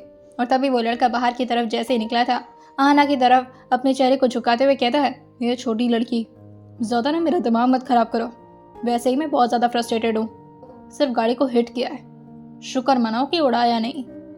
आहना हंसते हुए कहती है, छोटी सी पतली सी के लेकिन जैसे ही वो गाड़ी को देखी थी, वो हल्का सा रुकते हुए कहती है, फरारी है यार। लेकिन फिर भी उसको देखते हुए कहती है, हाँ तो क्या हुआ, है तो तुम्हारी गाड़ी मेरे से छोटी ही ना, हमारी गाड़ी और अपनी गाड़ी की साइज देख लो, बात कर रहे हो, और ज़्यादा ना मेरे साथ ना इस तरह की टोन यूज मत कर लेना, जुबान बाहर निकाल दूंगी। तभी वो ज़ारा की तरफ देखते हुए कहती है, आप भी कुछ बोलो ना, आपकी गाड़ी है। ज़ारा जो आगे की तरफ आ चुकी थी क्योंकि आहना ने उसे ज़बरदस्ती आगे कर दिया था। ज़ारा पहले तो नीचे की तरफ देखती है और फिर धीरे धीरे अपनी पलकें उठा करके उस आदमी की तरफ देखते हुए कहती है, हेलो। ये सुनकर आहना कहती है, आपको इंट्रोडक्शन देने के लिए नहीं बोला है, उसको डांटो भाई, आपकी गाड़ी को ठोकी उसने। तभी ज़ारा जो कि प्लीडिंग आवाज़ में कहती है, आपको ऐसे करने की ज़रूरत नहीं थी, मेरी प्यारी गाड़ी है, वो टूट जाएगी ना, तो मैं उसे बहुत संभाल कर रखती हूँ, पापा ने बहुत प्यार से मुझे गिफ्ट किया था, आई होप आप समझ रहे होंगे। तभी आहना कहती है, क्या समझ रहे होंगे, पागल इंसान है, इसे इतने प्यार से क्यों समझा रही हो? हटो मैं समझाती हूँ। लेकिन तभी ज़ारा उसको पीछे करते हुए कहती है, चल ना, यहाँ तमाशा नहीं करते, चल। लेकिन तभी आहना उसको रोकते हुए कहती है, ऐसे नहीं चल, मुझे ना इसको सबक सिखानी होगी। तभी वो शख्स जो कि ज़ारा की तरफ धीरे से आगे बढ़ता है और उसके सामने आते हुए कहता है, जितने प्यार से आप बात करती हैं, किसी का गुस्सा आराम से शांत हो सकता है, लेकिन ये जो अपने साथ कैची जैसी ज़बान लेकर आप चल रही हैं ना। और ये बोलते बोलते वो देख तो ज़ारा की तरफ रहा था, लेकिन उसकी उंगली जो कि इस वक्त आहना की तरफ पॉइंटेड थी। इससे किसी दिन आपका बहुत बड़ा लॉस हो सकता है, मुझे लगता है कि आपको इसे अपने आप से दूर रखना चाहिए, वरना बहुत घातक साबित होगी आपके लिए। और ये बोलते बोलते उसने आहना की तरफ फाइनली देख ही लिया था। आहना भी अपनी नज़रें छोटी करते हुए अपने चेहरे को बिल्कुल ऊपर की तरफ तान कर खड़ी थी, जैसे वो कहीं की महारानी हो। और इस वक्त वो पूरे गुस्से में अपने दोनों हाथों को अपने कमर पर रखी हुई थी, बिल्कुल एटीट्यूड के साथ। ज़ारा ज़बरदस्ती आहना को अपने साथ पकड़कर खींचकर गाड़ी की तरफ ले जाने लगी थी, लेकिन तभी वो शख्स जो कि तुरंत आहना का हाथ जल्दी से पकड़ता है और एक ही झटके में उसे अपनी तरफ खींचते हुए एक साइड के पेड़ के पास ले आकर खड़ा कर देता है। ज़ारा कुछ समझ ही नहीं पाती, इतना जल्दी उसके साथ ये सब कुछ हुआ था। और अभी वो आहना को देख ही रही थी कि आखिर ये अचानक से चली कहाँ गई। तब तक एक और शख्स आकर के उसके कमर पर जोर से हाथ रखता है और उसे जल्दी से दौड़ते हुए पकड़ करके उसी पेड़ के ठीक साइड में ले आकर खड़ा कर दिया था। अब एक साइड में ज़ारा खड़ी थी किसी अनजान शख्स के साथ, जिसका हाथ अभी उसके कमर पर था, और दूसरी आहना जो कि इस वक्त अपने ठीक बगल में खड़े लड़के को घूरे जा रही थी। अभी तो ज़ारा कंफ्यूज होकर पीछे की तरफ मुड़कर देखना ही चाह रही थी कि आखिर अचानक से कोई उसे इस तरह क्यों पकड़ लिया है और एक साइड में क्यों ले आकर खड़ा कर दिया। और वहीं दूसरी तरफ अहाना का भी कुछ ऐसा एक्सप्रेशन था, लेकिन इस वक्त वो गुस्से भरी अपनी लाल निगाहों से उस आदमी को देख ही रही थी कि तभी अचानक ही दोनों के कान में काफ़ी ज़ोर की आवाज़ आती है कि दोनों अपनी आंखें भी बंद कर चुके थे और साथ ही अपने कानों को अपने दोनों हाथों से ढक चुके थे। वहीं ज़ारा तो एकदम से डर कर शिवर तक करना शुरू कर देती है। तभी वो शख्स धीरे से उसके सर पर अपना हाथ रखते हुए कहता है, it's okay, you are safe. इस वक्त एक बहुत ही बड़ी सी लोडर आकर के उसी की गाड़ी को काफ़ी बुरी तरह से क्रैश कर दी थी। और जिस गाड़ी में भी ज़ारा होती, जो कि इस वक्त वो नहीं थी, बस उसकी जान का बचना यूं ही इसी तरह शायद लिखा हुआ था, क्योंकि अगर वो उस गाड़ी में होती तो उसका बचना नामुमकिन होता। और जैसे ही लगभग 5 से 10 मिनट के बाद ज़ारा थोड़ा नॉर्मल हुई थी, अपनी आंखें खोल करके फाइनली वो अब देखती अपनी गाड़ी की हालत। पहले तो उससे ये सब देखा ही नहीं गया था। आसपास सारे लोग जो कि एकदम से अपनी अपनी गाड़ी छोड़ करके उतर करके साइड में खड़े हो गए थे, और साथ ही अभी उसके ठीक सामने ज़ारा की गाड़ी को पूरी तरह से वो ब्लास्ट होते हुए देख रही थी। काफ़ी ज़ोर से आग लगी थी और आसपास के कुछ और भी व्हीकल्स उसमें समा गए थे, लेकिन वो लोडर को कोई कुछ भी नहीं कर पाता, क्योंकि वो तो अपना काम करके काफ़ी जल्दी ही निकल चुकी थी। और अब जाकर के ज़ारा को समझ में आ रहा था कि आखिर ये शख्स ने उसे क्यों बचाया है। अहाना भी ज़ोर ज़ोर से सांस लेती और फिर डर करके उसने भी अपने ठीक बगल खड़े उस आदमी का कॉलर पकड़ लिया था और फिर उसके साथ चिपकते हुए डरते हुए कहती है, मेरी ज़ुबान इतनी काली है, मुझे नहीं पता था। मैं आज के बाद कभी कुछ ऐसा वैसा नहीं बोलूँगी, पता चले सच हो जाए तो। तभी उसके ठीक सामने जो लड़का खड़ा था उसका नाम था मेहर सक्सेना। वो उसको अपनी तरफ थोड़ा ज़ोर से खींचते हुए कहता है, बहाना अच्छा है वैसे मुझे अपने करीब खींचने का। इट्स ओके, मुझे कोई प्रॉब्लम नहीं है। ऐसे चिपके रहते, आसपास के लोग देख रहे हैं तो क्या हुआ, देखने दो। जब प्यार किया तो डरना क्या। ये सुन करके अहाना, जो कि थोड़ी देर बाद अपने कॉन्शियस में आती और फिर धीरे धीरे करके अपने हाथों जो कि अभी तक शिवर कर रहे थे उसे मेहर के शर्ट से हटाते हुए साइड में जाकर खड़ी हो जाती है और अपने आप को खुद ही अपने हाथों से समेटते हुए कहती है, ये सब क्या हो गया, मुझे बहुत डर लग रहा है। ज़ारा की तो हिम्मत ही नहीं हो पा रही थी कि वो अपनी एक कदम भी आगे बढ़ाए और उसकी आंखें जो कि पूरी तरह से आंसुओं से भीग चुकी थीं। अब थोड़ी देर में वो दोनों शख्स जो कि ज़ारा और अहाना को एक थोड़ी दूर के कैफ़े की तरफ लेकर गए थे, जहां वो लोग थोड़ी देर के लिए अपने आप को शांत कर सकें। ये फर्स्ट फ्लोर का एक कैफ़े था, जहां पर इस वक्त वो लोग रोड साइड एरिया में बैठे हुए थे और इस वक्त ज़ारा जो कि बस उन सारे हादसों को याद कर कर के बार बार डर जा रही थी, और साथ ही दूसरी तरफ दूसरे सीट पर बैठा मेहर जो कि अहाना की तरफ देखते हुए कहता है, हाय, डरते हुए तो काफ़ी कातिल लगती हो तुम। अगर ऐसे रहोगे तो फिर प्रॉब्लम हो जाएगी मेरे जैसे लड़कों के लिए, तो हम लड़ाई किससे करेंगे। अहाना उसकी तरफ अपनी आंखें छोटी करके घूरते हुए कहती है, तुम्हें सिचुएशन समझ नहीं आ रही है, अगर मैं उस गाड़ी में होती तो। तभी ज़ारा जो पीछे मुड़ करके अहाना की तरफ देखते हुए कहती है, नहीं, ऐसा नहीं हो सकता था, हम उस गाड़ी में नहीं हो सकते थे। मैं मेरी वजह से तुम्हें कुछ नहीं हो सकता। अहाना, तुम मुझसे दूर ही रहो यार। मुझे लगता है कि मेरी ज़िंदगी का ना कोई दुश्मन बना बैठा है और मैं तुम्हें उसमें नहीं पीसना चाहती। तुम आज से मेरा काम छोड़ दो, तुम मुझसे दूर रहना। बा आना जो ज़ारा की तरफ खड़े होकर के उसके करीब आकर बैठते हुए कहती है, कैसे बात कर रहे हो दीदू, आपकी बहन हूँ मैं, और बहन से ज़्यादा तो हम दोस्त भी हैं ना। और आपने तो मुझसे वादा लिया था कि कोई भी प्रॉब्लम आएगी तो हम साथ में उसे फेस करेंगे, सफ़र करेंगे, और यही प्रॉमिस दे करके तो आपने मुझे अपनी कंपनी में रखा था दीदू। नो वे, मैं आपको छोड़कर कहीं नहीं जा रही। होके हम साथ में सारी प्रॉब्लम्स हैंडल करेंगे। तभी ज़ारा खड़े होते हुए कहती है, तुम्हें नहीं पता मेरी लाइफ कितनी रिस्की है, तुम समझ नहीं रही हो, तुम्हें हर चीज़ मजाक लगता है ना, पर मुझे नहीं लगता। मुझे तो कभी कभी लगता है कि पापा का उस दिन कोमा में जाना भी इत्तेफाक नहीं था, और सब कुछ लगता सिर्फ एक्सीडेंट है, लेकिन कोई डेलिबरेटली इसे कर रहा है। मेरी ज़िंदगी को कोई बर्बाद करना चाहता है, मुझे अंदर तक तोड़ना चाहता है, और देखो मैं टूट भी रही हूँ। हर वक्त मुझे डर लगा रहता है ना, ऐसे नहीं, मेरी ज़िंदगी में हो रही हैं ऐसी चीज़ें और मैं तुम्हें उसमें इन्वॉल्व नहीं कर सकती। हाँ, तुम तो मेरी बच्ची जैसी हो ना आना। तभी आना उसको अपने सर नाम हिलाकर जवाब देते हुए कहती है, कोई बच्ची बच्ची नहीं हूँ मैं दूध पीती जो मुझे अपनी बातों में फंसा लोगी। हम साथ में देख लेंगे, और उस लोडर का तो मैं कुछ पक्का करूँगी। लेकिन तभी ज़ारा कहती है, कुछ नहीं कर पाएंगे हम, कुछ भी नहीं कर पाएंगे। लेकिन तभी आना जो एक तरफ महर को देखती और फिर दूसरी तरफ उस आदमी को जो कि अपने चेहरे पर मास्क लगाया हुआ था और इस वक्त लगातार ज़ारा को बड़े ध्यान से देख रहा था। हाँ, उसके चेहरे पर क्या एक्सप्रेशन है ये तो नहीं समझ में आ रहा था, लेकिन उसकी आंखों से इतना तो लग रहा था कि वो ज़ारा को बहुत ही सॉफ्ट निगाहों से देख रहा है। तभी आहाना धीरे से कहती है, हमें बॉडीगार्ड्स चाहिए थे ना, मिल तो गए बॉडीगार्ड्स, अब अगर ये हम लोग के लिए काम करे तो।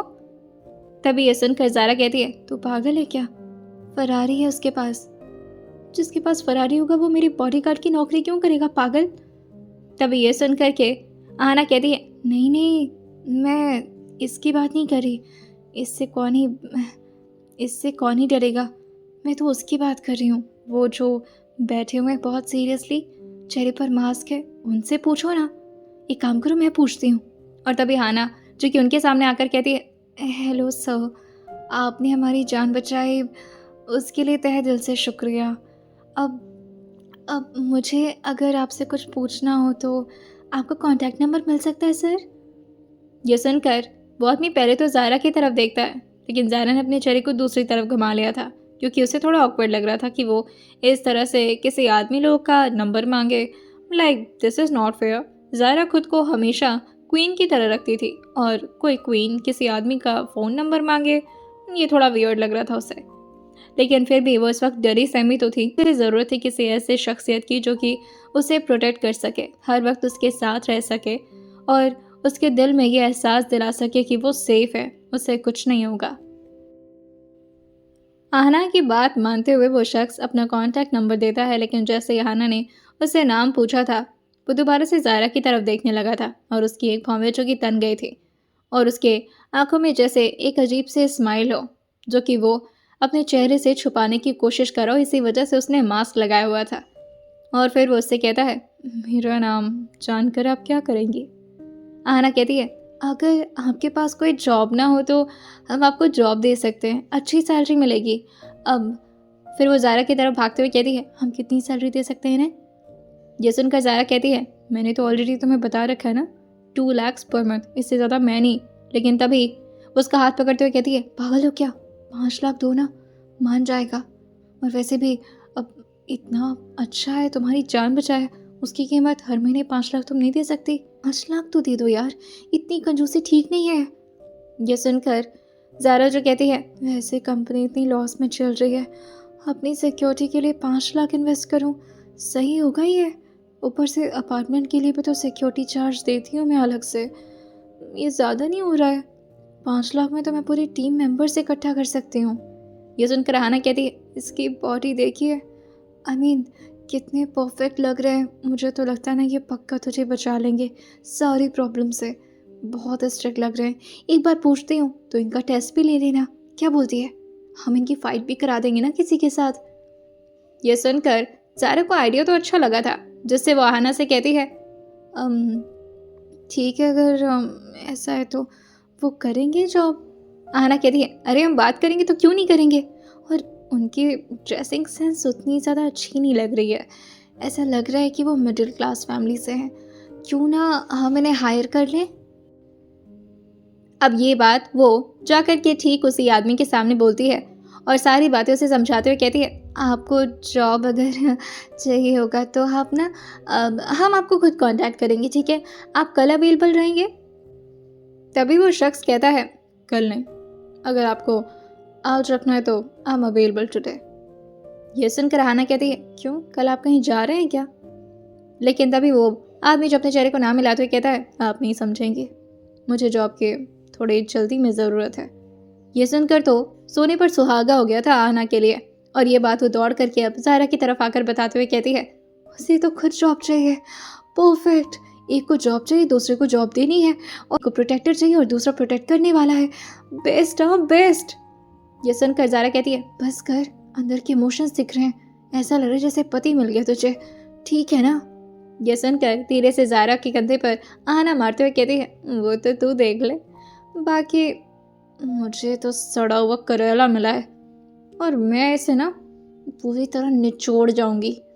और ये बोलकर वो ज़ायरा से कहती है ये उनका नंबर है, थोड़े बहुत जाकर के तू भी बात कर ले, वैसे भी बॉस तो आप ही है ना मैडम।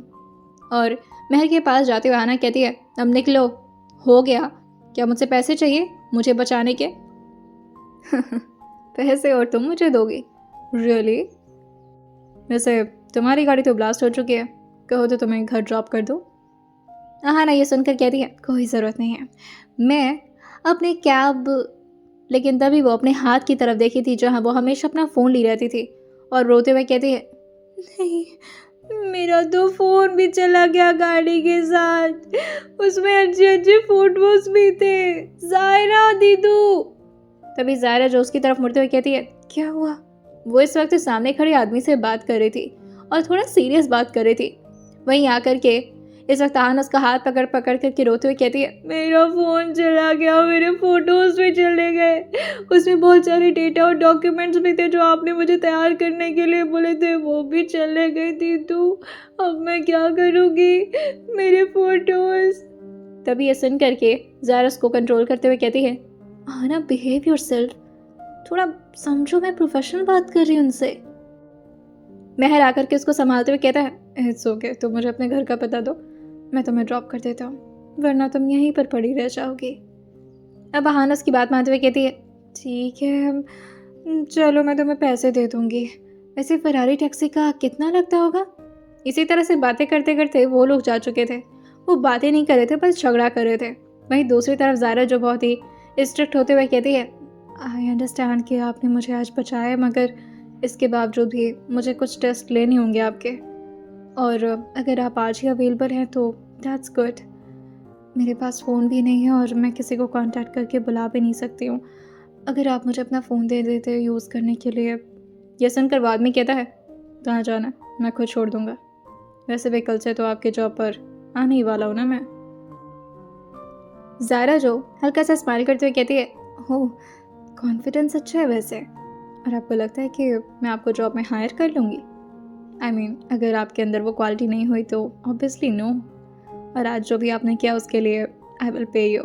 तभी वो शख्स कहता है किसी की जान बचाने के लिए मुझे पेमेंट नहीं चाहिए होती है, और ना किसी की जान लेने के लिए। खैर आप बताइए आपको कहाँ जाना है, हॉस्पिटल? हाँ। ज़ायरा ने जैसे ही हाँ बोला था और ये बोलकर वो मुड़ी थी, लेकिन तभी वो शख्स को देखते हुए कहती है आपको कैसे पता? तभी वो शख्स कहता है क्योंकि ये रूट सबसे पहले हॉस्पिटल तक ही जाता है, तो I just thought, I think मेरा गेस सही हो गया। और ये बात बोलते बोलते वो थोड़ा कैजुअल हो गया था। लेकिन जैसे ही ज़ायरा अभी वहाँ से जाने वाली होती है और एक एक कदम आगे बढ़ा रही होती है, पीछे से वो शख्स ज़ायरा को काफ़ी गुस्से में घूरते हुए अपनी आंखें छोटी कर लिया था और फिर अपने चेहरे पर एक हल्के से स्माइल लाता है जो कि सिर्फ उसकी आंखों से ही झलक रही थी। थोड़ी देर में अब ज़ायरा एक गाड़ी के पास आकर के खड़ी हो गई थी। वो शख्स आराम से आकर के गाड़ी पर बैठ जाता है और बाइक को देख करके ज़ायरा थोड़ा अनकंफर्टेबल होते हुए पूछती है यहाँ बैठना है मुझे? मेरा मतलब है आप मुझे इससे छोड़ने वाले हैं?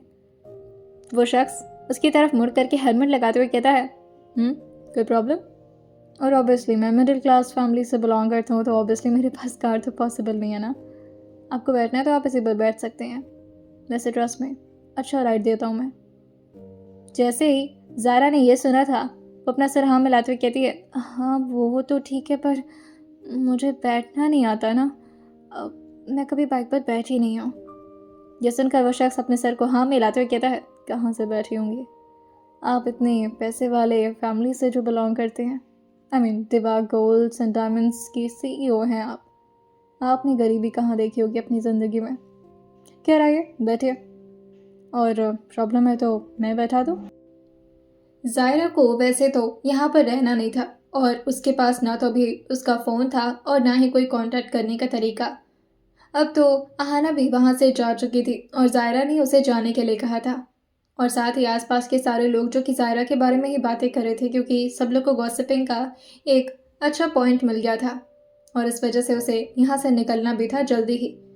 ऊपर से उसे अपने डैड से भी मिलने जाना था और उनके डॉक्टर से भी, क्योंकि उनके डॉक्टर के राउंड का टाइम हो गया था।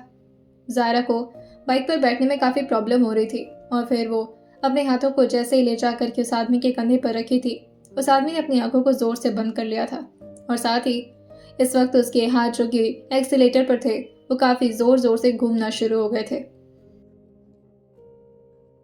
तभी ज़ायरा जो हल्का सा डरते हुए पूछती है, अब मैं बैठ जाऊँ, गिरूंगी तो नहीं ना? ये सुनकर के बाद में हल्का सा पीछे की तरफ अपना चेहरा मोड़ते हुए कहता है, नहीं, जब तक मैं नहीं चाहूंगा तुम नहीं गिर सकती, बैठो। उसने बहुत ही स्लो आवाज में कहा था। ज़ायरा को बस जरूरत भर की बात सुनाई दी थी कि वो बाइक पर बैठने से गिरने तो नहीं वाली। ज़ायरा मजबूरी में उस आदमी के बाइक पर बैठ तो चुकी थी, मगर अब उसे प्रॉब्लम हो रही थी, क्योंकि जैसे ही अभी बाइक स्टार्ट हुई थी जाकर के वो एकदम से आगे की तरफ उछक जाती और उसकी पूरी बॉडी जाकर के उस आदमी के पीठ से टिक गई थी, जिससे ज़ायरा एकदम से अनकंफर्टेबल होते हुए हल्का सा पीछे तो होने लगती है, लेकिन वो आदमी जो उसके कमर को अपने हाथों से पकड़ कर उसे यूं ही आगे खींचते हुए कहता है, ज़्यादा पीछे मत जाइए, गिर जाएंगे आप। ये बोलते बोलते उसने अपने चेहरे को हल्का सा ज़ायरा की तरफ मोड़ लिया था और ज़ायरा भी काफ़ी आगे की तरफ थी, जिससे उन दोनों के चेहरे में काफ़ी करीबी आ गई थी। लेकिन फिर ज़ायरा तुरंत ही अपने चेहरे को दूसरी तरफ मोड़ती और साथ ही वो शख्स भी अपने चेहरे को आगे की तरफ करके अब काफ़ी तेज़ स्पीड में बाइक आगे बढ़ाना शुरू कर दिया था। उसके हाथ हल्का हल्का कांप रहे थे, क्योंकि वो किसी गैर मर्द को इस तरह से पकड़ नहीं पा रही थी और बार बार अपने हाथों को नीचे की तरफ कर ले रही थी, जिसे देख करके वो साइड व्यू मिरर से अपने चेहरे पर हल्का सा स्मर्क लाता है और फिर ज़ारा के हाथ को ले जा करके खुद ही अपने कंधे पर रखते हुए कहता है, जोर से पकड़ना, मैं राइड अच्छी देता हूँ लेकिन काफ़ी स्पीड में, पता चले आपको प्रॉब्लम हो जाए। ज़ायरा की सांस ही काफ़ी तेज़ रफ्तार से बढ़ी हुई थी। उसे तो गाड़ी तक में डर लगता था, तो ये तो फिर भी बाइक थी, और वो अब धीरे धीरे करके अपने हाथों को जैसे तैसे उसकी कमर पर जोर से बांध लेती है। हाँ, उसे इसमें थोड़ी प्रॉब्लम तो हो रही थी, लेकिन उसकी जान से ज़्यादा उसका कंफर्टेबल या अनकंफर्टेबल होना मैटर नहीं करता था। और यूं ही चिपके हुए वो फाइनली अब आगे के हॉस्पिटल की तरफ रुकी थी। तुरंत ही वो अपने आप को बैलेंस करते हुए उतारती है और फिर उस आदमी से कहती है, शुक्रिया, मैं आपको कांटेक्ट करती हूँ कल, मेरा मतलब है आज, आपके इंटरव्यू के लिए। और ये बोलकर वो जैसे अभी पीछे मुड़ करके जाने वाली होती है, तभी वो शख्स कहता है, नाम नहीं पूछेंगी मेरा। और ये बोल करके उसने हेलमेट को अपने निकाल दिया था।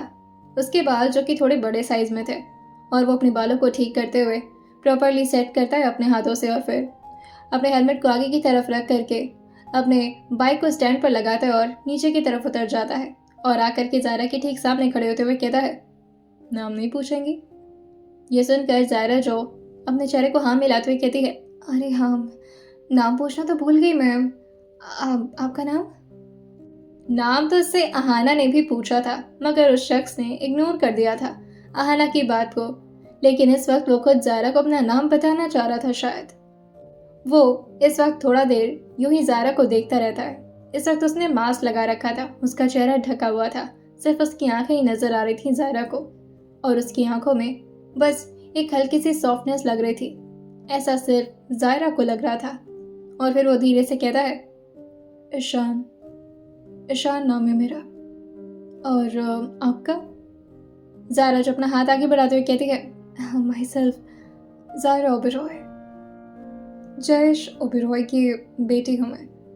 वैसे अब मैं आपसे शाम को बात करूँ, अभी डॉक्टर राउंड पर।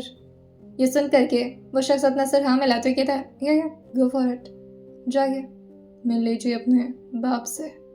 और ये बोलते बोलते उसकी टोन जो कि थोड़ी सख्त हो गई थी, लेकिन इस बारे में वो ज़ायरा को ज़रा भी पता नहीं लगने देता। और जैसे ही ज़ायरा अंदर की तरफ चली गई थी, वो आकर के अपने बाइक पर आराम से बैठते हुए कहता है, मिस्टर जयेश ओबेरॉय, कहा था ना मैंने, मरने नहीं दूंगा आपको, डियर अंकल। और ये बोल करके वो धीरे से अपने मास्क को निकाला था और फिर एक गहरी सांस भरते हुए अपनी आंखें हल्का सा बंद करता और अपने चेहरे को ऊपर की तरफ उठा लिया था, जैसे यहाँ की हवाओं को वो महसूस करना चाहता हो। और फिर आराम से बाइक पर बैठते हुए किसी को कॉल लगा देता है। दूसरी तरफ से जो फोन उठाया था उसे शायद पहले से ही पता था कि ये कौन है, और फिर वो थोड़ा धीरे आवाज में कहता है, hello sir, good afternoon sir, आप। ये सुन करके ये शख्स जिसका नाम ईशान उसने खुद बताया था, अभी अभी थोड़ी देर पहले ज़ायरा को उससे कहता है, पेशेंट की हालत कैसी है? जिंदा है वो? ये सुनकर दूसरी तरफ से वो डॉक्टर जो अपना सर हाँ मिलाते हुए कहता है, जी सर, अभी तक तो जिंदा है। अब कोमा पेशेंट के बारे में तो आप जानते हैं। तभी ये सुनकर ईशान जो हल्का सा हंसते हुए कहते हैं, कोमा पेशेंट, ठीक है, और ये कब तक होश में आने वाला है? वो डॉक्टर जो इस बात का कोई सही अंदाजा नहीं बता सकता था और फिर थोड़ा धीरे आवाज में और साथ ही थोड़ा डरे हुए लहजे में कहता है, अब सर वो मैं ये कैसे। तब इस तरफ से ईशान जो अपने सर को हाँ मिलाते कहता है, अरे अरे ठीक है बाबा, इट्स ओके, हर बात पर डरने की जरूरत नहीं होती है। खैर अच्छे से खातिरदारी करेगा उनकी, कोमा से बाहर नहीं आने चाहिए वो। वही दूसरी तरफ जल्दी जल्दी ज़ारा जो ऑलमोस्ट दौड़ते हुए पहुंचती है अपने डैड के उसी प्राइवेट रूम में जहां उनको एडमिट कर रखा गया था, और जैसे ही ज़ारा अंदर की तरफ आई थी उसकी आंखें हमेशा नम हो जाती थी अपने पापा को देखकर। आते हुए उनके हाथ पर धीरे से अपना हाथ रखते हुए कहती है, पापा आपको पता है आपकी बेटी किसी लायक नहीं, आप सही कहते थे। देखो ना, कुछ नहीं कर पा रही मैं, इतना लॉस करवा रही हूँ आपकी कंपनी का, कब उठोगे आप? मुझे डांटो ना, उठ जाओ ना पापा प्लीज। वो जब भी अपने पापा के सामने आती थी वो बहुत ज़्यादा सॉफ्ट बन जाती थी, और वैसे तो रियल में वो सॉफ्ट ही थी, बस कुछ जगह पर उसे अपना रुतबा दिखाना पड़ता था, वो भी ज़बरदस्ती। लेकिन जितना वो दिखने में सॉफ्ट थी, दिमाग से वो काफ़ी शार्प भी थी। हाँ, इसका वो कभी घमंड नहीं करती थी और कभी इस बात को ज़्यादा रियलाइज भी नहीं कराना चाहती थी किसी को। वो यूं ही थोड़ी देर बैठी रहती और तभी मेन डॉक्टर जो कि यहाँ के सबसे सीनियर डॉक्टर थे वो अंदर की तरफ आते हैं और ज़ारा की तरफ देख करके हल्का स्माइल करते हुए अपने हाथ को आगे बढ़ाते हुए कहते हैं, हेलो मैम, कैसे हैं आप? ज़ारा जो अपने चेहरे को ना मिलाते हुए कहती है, कैसे ठीक हो सकती हूँ डॉक्टर? पापा का कुछ अच्छा रिपोर्ट क्यों नहीं आ रहा? कोई पॉजिटिव रिजल्ट ही नहीं है। मैं कब तक इस तरह इंतज़ार करती रहूँ? कोई तो लिमिटेशन होता है ना वक्त का, इस तरह कब तक देखूँ मैं इनको? तभी वो सीनियर डॉक्टर जो कि ज़ारा के थोड़ा करीब आकर के उसके कंधे पर धीरे से अपना हाथ चलाते हुए कहते हैं, आई अंडरस्टैंड मैम, आपके ऊपर क्या बीत रही होगी ये मैं समझ सकता हूँ, पर हम कुछ नहीं कर सकते। हमारे हाथ में अगर कुछ होता तो हम अब तक आपके डैड को होश में ला चुके होते। कोमा के बारे में तो आप अच्छे से सुनिए, पता नहीं पेशेंट का कोई भरोसा नहीं होता कि वो कब तक जागेंगे। बस हम उन्हें जिंदा रखे। लेकिन तभी ज़ारा जो डॉक्टर से कहती है, इसका क्या मतलब है जिंदा रखे? उन्हें वापस आना ही होगा, कोई ऑप्शन नहीं है उनके पास। उनकी बेटी उनका इंतजार कर रही है, बहुत सारी गलतियां करके बैठी, उन्हें डांटना भी तो है ना मुझे। खबरदार जो इस तरह की बकवास की तो। वो अपने डैड को खोने से बहुत ज़्यादा डरती थी और जल्दी से आकर के इन सारी बातों को सुनकर अपने पापा के ठीक बगल में खड़े होते हुए कहती है, आई एम डैम श्योर आप ना जगकर एक दिन मुझे जोर से थप्पड़ मारने वाले हो। देखो ना कितनी बदमाशी कर रही हूँ मैं आजकल। और ऊपर से पता नहीं कौन सा डीलर है या फिर सप्लायर है, मुझे समझ नहीं आ रहा, इतना घूसखोरी कर रहा है ना वो, उसको तो मैं पर्सनली हैंडल करूँगी। पता नहीं कौन है जो हमारी कंपनी को नज़र लगा रहा है, कुत्ता कहीं का। उसकी टोन सुन करके अगल बगल जितने भी स्टाफ खड़े थे वो हल्का सा स्माइल करने लगे थे। तभी वो डॉक्टर धीरे से ज़ारा को समझाते हुए कहते हैं, आप परेशान मत होइए, ये जल्दी ठीक हो जाएंगे, हम पूरी कोशिश कर रहे हैं मैम। जैसे हमें थोड़ा सा भी पॉइंट ऐसा मिलता है जिससे हम इन्हें कॉन्शियस कर सके तो we will do it for you.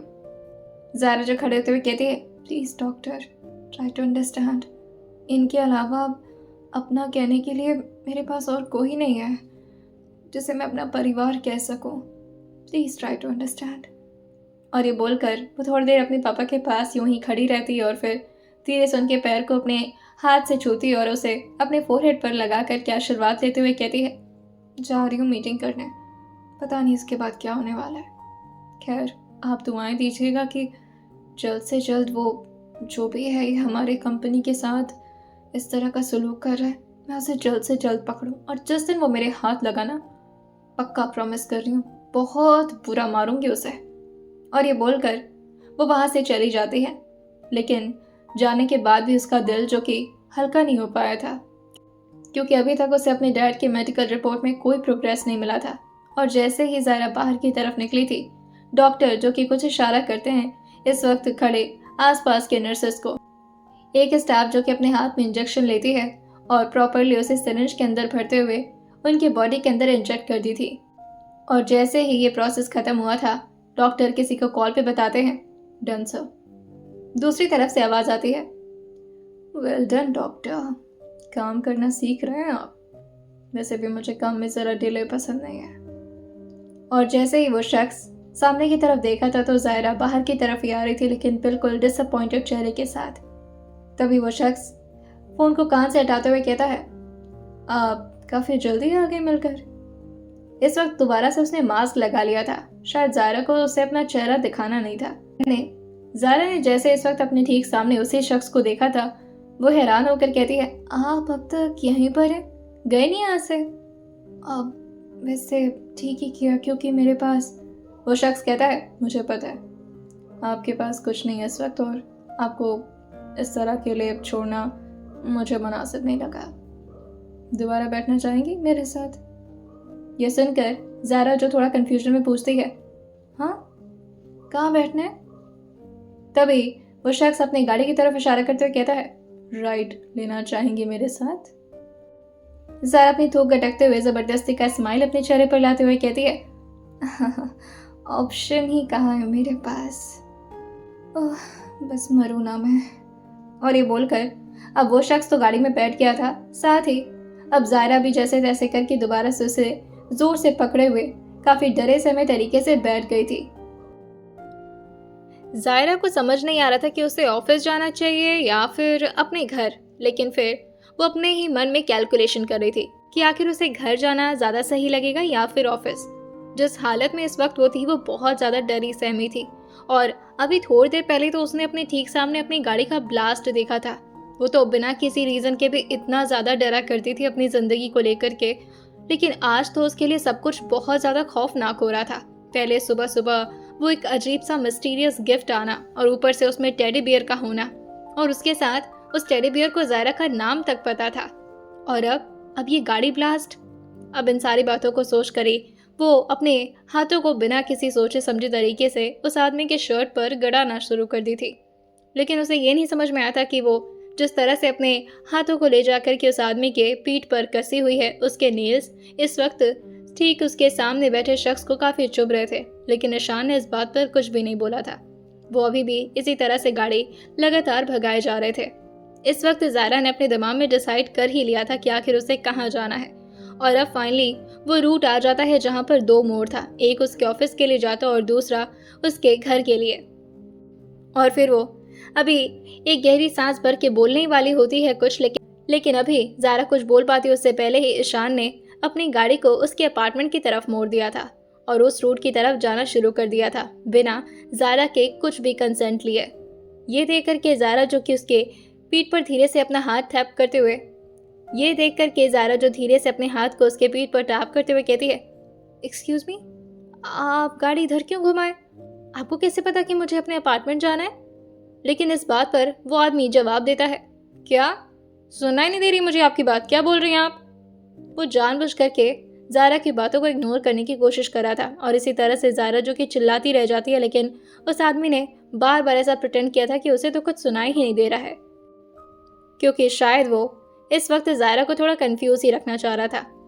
लेकिन ज़ायरा ने एक और चीज़ काफ़ी लेट में नोटिस की थी कि अब तो उसके अपार्टमेंट के ठीक सामने आकर के शख्स ने गाड़ी तक रोक दी है, लेकिन ज़ायरा ने तो उसे अपने घर का एड्रेस भी नहीं बताया और ना ही ये बताया कि वो इसी अपार्टमेंट में रहती है। अब जैसे तैसे डिसबैलेंस होते हुए ही ज़ायरा उधर तो गई थी नीचे, लेकिन वो शख्स जैसे अभी वहाँ से जा पाता उससे पहले ही ज़ायरा उसके ठीक गाड़ी के सामने आकर रुकते हुए कहती है, आपको कैसे पता चला कि मैं यहाँ पर आने वाली हूँ, और आपको मेरे घर का एड्रेस कैसे पता? अब मेरा मतलब है, मैंने तो आपको नहीं बताया ना ये रूट।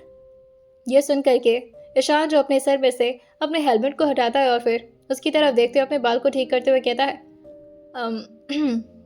आई थिंक आप शायद खुद को जानती नहीं है, लेकिन आपको मैं बहुत बेहतर तरीके से जानता हूँ।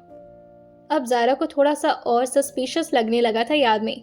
तभी ईशान जो आगे कहते हैं, मेरा मतलब है दिवा गोल्ड्स एंड डायमंड्स की CEO हैं आप।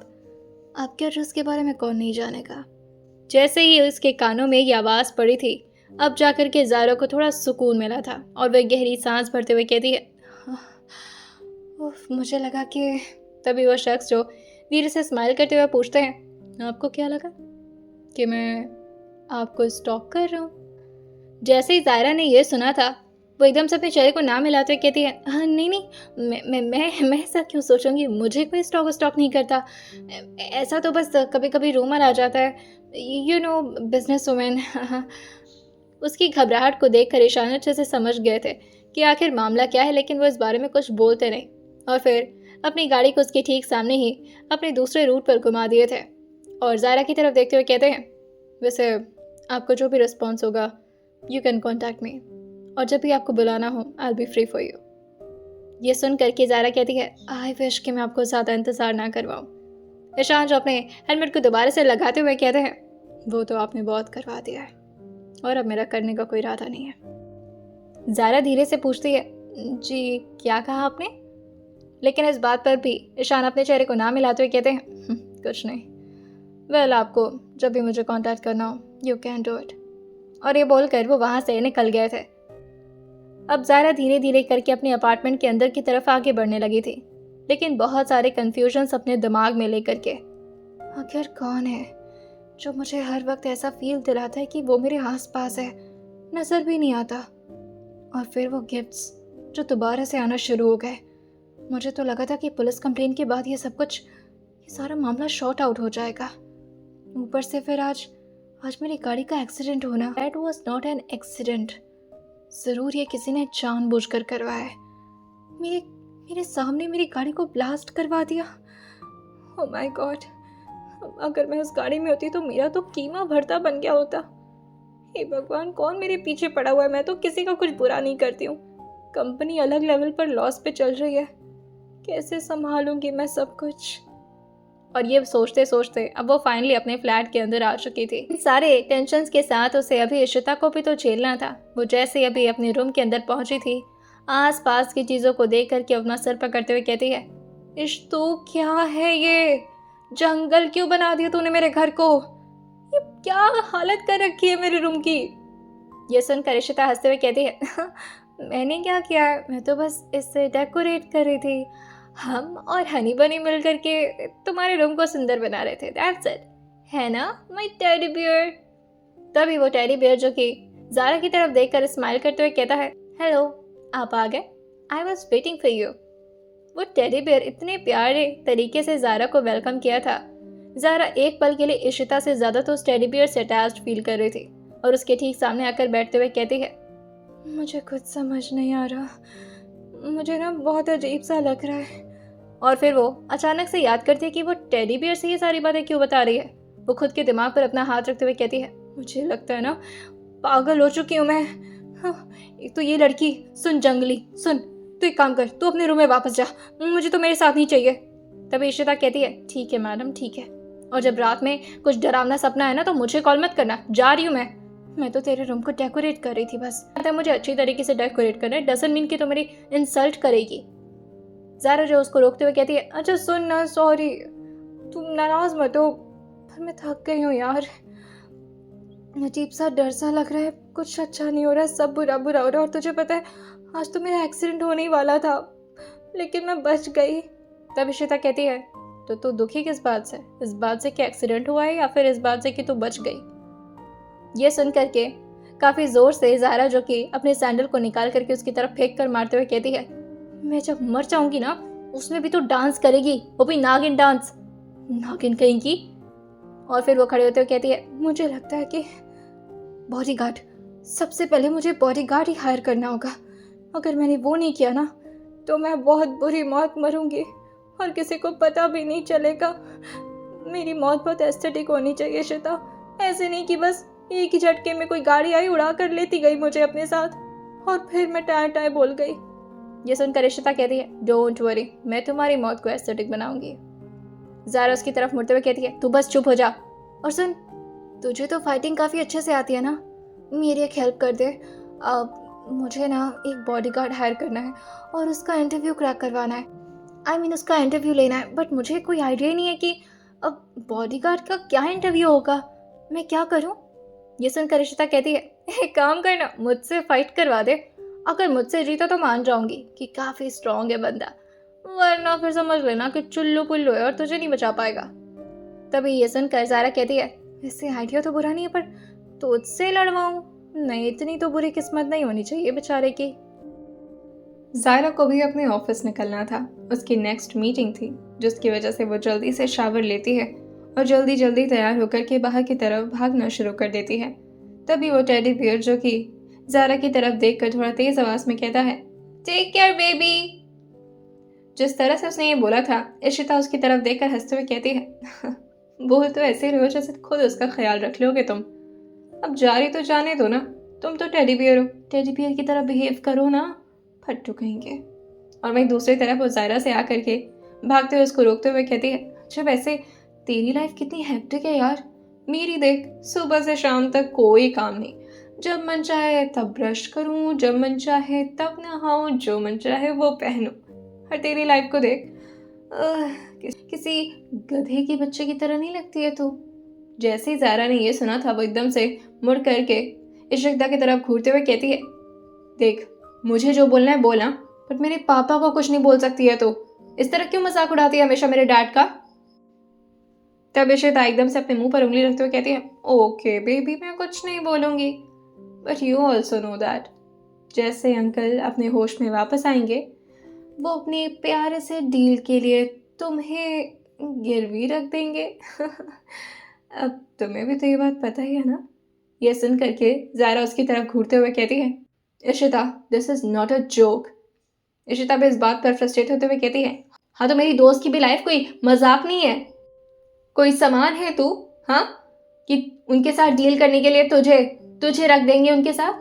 ऐसा कुछ नहीं होने वाला, और देखना इसी वजह से उनकी तबीयत खराब हो। लेकिन बस इतना ही उसने बोला था कि जोर से एक चटाक उसके गाल पर पड़ा था, जो ज़ायरा ने उसको मारा था। और भारी गले से कहती है, पापा है वो मेरे, उनकी इस हालत को नहीं देख सकती मैं, चाहे वो मेरे साथ कुछ भी करे। और वैसे भी क्या बुराई है, शादी तो सबकी होती है ना, अगर कंपनी का प्रॉफिट हो रहा है तो इसमें। लेकिन तभी इशिता, जो कि अभी भी पूरे जिद भरे टोन में कहती है, अगर तेरी बेटी होती तो क्या तू भी ऐसा करती, किसी किसी डील के लिए अपनी अपनी बेटी को। लेकिन तभी ज़ायरा, जो कि उसके गर्दन पर अपना हाथ रखते हुए कहती है, बस इशिता, ऐसा कैसे कर सकती हूँ मेरी लेकिन जैसे अभी वो आगे कुछ बोलने वाली थी, उसे खुद याद आता है कि अभी इशिता जो उसे समझा रही है वो सही तो समझा रही थी, लेकिन कभी भी वो अपने डैड को गलत नहीं मान सकती थी। वो अपने डैड को बहुत प्यार करती थी। उसके माँ के बाद उसके डैड ही तो थे जिसने हमेशा उसे इतना प्यार दिया था। प्यार तो वो उसे बहुत करते थे, मगर ऑब्वियसली हर किसी को किसी न किसी से प्रॉफिट चाहिए होता है। शायद इसी वजह से इतना नाजों से पाला था ज़ायरा को उन्होंने, ऐसा इशिता को हमेशा लगता था, क्योंकि इशिता को हमेशा एक अजीब सी पार्शियलिटी नजर आती थी जयेश ओबेरॉय की नज़रों में ज़ायरा के लिए। अब ज़ायरा जो और ज़्यादा इन सारे बातों को सुन नहीं पाती और जल्दी से बाहर निकलती है, लेकिन उसका दिल जो ज़ोर से चिल्लाना चाह रहा था, रोना चाह रहा था, इस बात को सोच सोच करके कि उसके अपने डैड ने किस तरह से उसके लिए रिश्ता लेकर आया था, और जब उसे उस रिश्ते की असली सच्चाई पता चली थी, कितना रोई थी वो उस दिन। 5 महीने पहले का वक्त। इस वक्त ज़ायरा, जो कि खुशी खुशी अपना कॉलेज कंप्लीट करके लौटी थी, अपने आप को पूरी तरह से कॉन्फिडेंट बना करके कि अगर उसे अपने पापा के बिजनेस में हेल्प करनी पड़ी तो उसे कोई भी दिक्कत ना हो। और ये सारी खुशियाँ वो अपने पापा के साथ शेयर करना चाहती थी, जिसके लिए वो काफ़ी रश में अपने घर की तरफ आ रही थी। जैसे वो घर पर पहुंचती है, वो देखते हैं कि यहाँ पर तो कुछ लोग आए हुए थे, और ये सारे कुछ अधेड़ उम्र के मर्द थे, जो कि एक तरफ जयेश ओबेरॉय से बात करते हैं और फिर ज़ारा की तरफ देख करके स्माइल करते हुए वहाँ से निकल जाते हैं। ज़ारा को लगा था कि ये उनके कुछ बिजनेस डील के लिए कुछ पार्टनर्स होंगे, और फिर वो जा करके ज़ोर से अपने डैड को गले लगाते हुए कहती है, finally finally I am graduated dad, और आपको पता है मेरी पोस्ट ग्रेजुएशन भी कंप्लीट हो चुकी है। अब आप मुझे बिजनेस के लिए नहीं रोक सकते, करवाएंगे ना मुझसे बिजनेस। ऐसे ऐसे आइडियाज दूंगी ना डैड, आपकी कंपनी को कोई कोई कोई नहीं छू सकता। ऐसे ऐसे ब्लंडर आइडियाज दूंगी ना डैड, आपकी कंपनी ना आसमान छुएगी। देखना, आपकी बेटी बहुत टैलेंटेड बन चुकी है, और अब ना मेरे पास ऑलरेडी बहुत सारे आइडियाज आ रहे हैं, और हम ना कहाँ कहाँ अपने बिजनेस को ग्रो कर सकते हैं वो सब भी। मैं तो सोच रही हूँ ना, इंडिया के हर कोने में हमारा शोरूम होगा। आप सुन तो रहे ना मेरी बात डैड? लेकिन जायरा के ये बोलते ही जय जो अपने चेहरे को दूसरी तरफ घुमाते हुए कहते हैं, ये सारे आइडियाज तुम अपने ससुराल में देना बेटा। और वैसे भी अब तुम्हारी भी तो उम्र हो गई है ना, कब तक तुम्हें अपना हेल्पिंग हैंड बना करके तुमसे काम करवाऊंगा। तुम्हारी अपनी भी लाइफ है बच्चे, और मैं चाहता हूँ कि तुम उसे एंजॉय करो। जैसे ही जायरा ने यह सुना था, उसकी आंखें हल्का नम हो गई थी और फिर वो अपने पापा का हाथ पकड़ते हुए कहती है, पापा ऐसे क्यों बोल रहे हैं, मैं आपकी बेटी हूँ और मैं कोई कोई कोई कोई बोझ थोड़ी ना हूँ आप पर, या मुझे कोई दिक्कत नहीं है आपके साथ रहने में, मैं हमेशा। लेकिन तभी जयेश उसकी तरफ मुड़ते हुए कहते हैं, क्या हमेशा हमेशा मेरे साथ ही रहना है तुम्हें? ये नहीं हो सकता, तुम्हें अपने ससुराल जाना पड़ेगा बेटा, जिद मत करो। और वैसे भी तुम्हारी तो उम्र हो भी रही है ना, 24 की तो ऑलरेडी हो चुकी हो तुम। ये सुन करके जायल का पीछे होते हुए कहते हैं, हाँ तो मैं खुद की कंपनी बिल्डअप करना चाहती हूँ डैड, मेरे पास वाकई बहुत अच्छे अच्छे आइडियाज। लेकिन तभी जयेश कहते हैं, तुम्हारी शादी तय की है मैंने, लड़के से मिलकर के शादी कर लो और उसके बाद जो भी आइडियाज आए उनकी कंपनी के लिए देना। उनके पास भी बहुत बड़ी बड़ी कंपनीज हैं, उनका ग्रोथ करवाओगी तो मेरे लिए प्राउड वाली बात होगी। अभी जाओ, तुम तैयार हो जाओ। ये सुनकर जायरा कहती है, क्या अभी हम उनसे मिलने जा रहे हैं? लेकिन तभी जयेश उसके गाल को खींचते हुए कहते हैं, नहीं, तुम्हारे पापा ने तुम्हारे लिए तुम्हारी फेवरेट डिशेस बना कर रखी है, अब जल्दी से बेटी रानी तैयार हो, क्योंकि पापा जी जा रहे हैं उनके लिए अच्छा अच्छा खाना सर्व करने। ये सुन करके जायरा उन सारी बातों को एक पल के लिए भूल गई थी और फिर जोर से अपने पापा को गले लगाते हुए कहती है, आप तो आते आते ही डरा देते हो डैड, मेरा तो दिल बैठ गया था। ये कोई प्रैंक था ना? प्लीज बोल दो ये कोई प्रैंक था। तभी उसके डैड हंसते हुए कहते हैं, तुम क्या हमेशा मेरे ऊपर ही चिपकी रहोगी? पागल हो तुम? अरे तुम्हें वाकई ससुराल तो जाना ही पड़ेगा। बाकी सच कहूँ तो ये प्रैंक नहीं था बेटा, मैंने बाकी तुम्हारे लिए रिश्ता तय नहीं किया है, मगर देखा है। मैं चाहूंगा कि तुम लड़के से मिल लो। यह सुनकर के जारा कहती है, लड़के से? हाँ ओके ठीक है, बिल्कुल, अब मेरे डैड कह रहे तो मिल लूंगी, बस मुझे 5 करोड़ दे देना, मुझे अपना बिजनेस स्टार्टअप करना है। उसकी हमेशा बातों में पैसे ही छलकते थे, क्योंकि उसे हर वक्त सिर्फ अपने पैसों के पड़े रहती थी और अपने बिजनेस के। उसे बचपन से ही बिजनेस का माहौल मिला था। ऑब्वियसली उसे एंटरप्रेन्योर तो बनना ही था, लेकिन बहुत ही ज़्यादा सक्सेसफुल एंटरप्रेन्योर। अब वो जल्दी जल्दी तैयार होकर के वापस आती है और फिर उसके डैड जो कि उसको अपनी बातों से अपने तरीके से फुसला लिए थे और उसे कन्विंस कर दिए थे कि वो जाकर के लड़के से मिल आए। लेकिन जायरा की एक दोस्त थी जिसका नाम था इशिता सहगल। ऑब्वियसली वो उसके हर एक अच्छे कामों को प्रॉपरली बिगाड़ने में माहिर थी और उसे पता होता था जायरा से ज्यादा कि जायरा के लिए क्या अच्छा है और क्या बुरा। एक तरफ जायरा इशिता को ये इन्फो देती है कि वो एक लड़के से मिलने जा रही है जिससे उसके पापा ने उसके लिए डिसाइड किया है। वहीं दूसरी तरफ इशिता भी तैयार होकर के जल्दी जल्दी उसके गाड़ी के अंदर भाग कर आ गई थी और पैसेंजर सीट पर आराम से बैठते हुए कहती है, अब चलिए मोहतरमा, अब हम मिलेंगे आपके होने वाले, एक्चुअली कभी ना होने वाले पति से। जायरा जोशिता की तरफ मुड़कर स्माइल करते हुए कहती है, इतने सालों बाद मिल रही है मोटी, गले तो लगा, आते ही तेरा टशन शुरू हो जाता है, आजा। इशिता उसको जोर से झप्पी देते हुए कहती है, मैं तुझे किसी ऐसे वैसे हाथों में फंसने नहीं दूंगी, दोस्त हूँ तेरी, लेकिन सिर्फ दुनिया के लिए। असली में तो अपन का कुछ और ही चक्कर है तेरे साथ। ये सुन करके जारा अपने सर पर हाथ मारते हुए कहती है, हे भगवान, इस लड़की का कुछ तो करो, इसको प्लीज बॉयफ्रेंड दे दो, हाँ, वरना इसकी नजर मेरे ऊपर ही खराब हो जाएगी। ये सुन करके वो हंसते हुए कहती है, वो तो तेरे ऊपर पहले से, हस्बैंड तो तीसरा होगा ना, तेरी जगह कोई नहीं ले सकता मेरी लाडो रानी। अब चल जल्दी चला, मैं भी तो देखूं किस चूजे को डिसाइड किया तेरे पापा ने तेरे लिए। जायरा जो उसके सर पर मारते हुए कहती है, देख वहां जाकर के ना कोई ड्रामा नहीं शुरू करना, बहुत ही इज्जत से बात करना उनसे। ये सुनकर इशिता कहती है, उनसे? तू तो अभी से इज्जत देने लगी, पहले देख तो ले जायरा ओबेरॉय की इज्जत पाने लायक भी है वो या फिर नहीं। मुझे नहीं लगता कि तेरे डैड की पसंद इतनी भी इंटरेस्टिंग होगी। आखिर किससे रिश्ता होने वाला था ज़ायरा ओबेरॉय का? और आखिर क्या होगा अब ज़ायरा का और उसकी कंपनी का? क्या उसके डैड कभी इस कोमा से बाहर आ पाएँगे? और कौन है जो उसे हर वक़्त तंग कर रहा है? कभी गिफ्ट्स, कभी प्रेज़ेंट तो कभी उसके ऊपर नज़र रख कर के। आइए जानते हैं इन सारी बातों को अगले चैप्टर में और सुनते रहिए the dark obsession of psycho Ashique.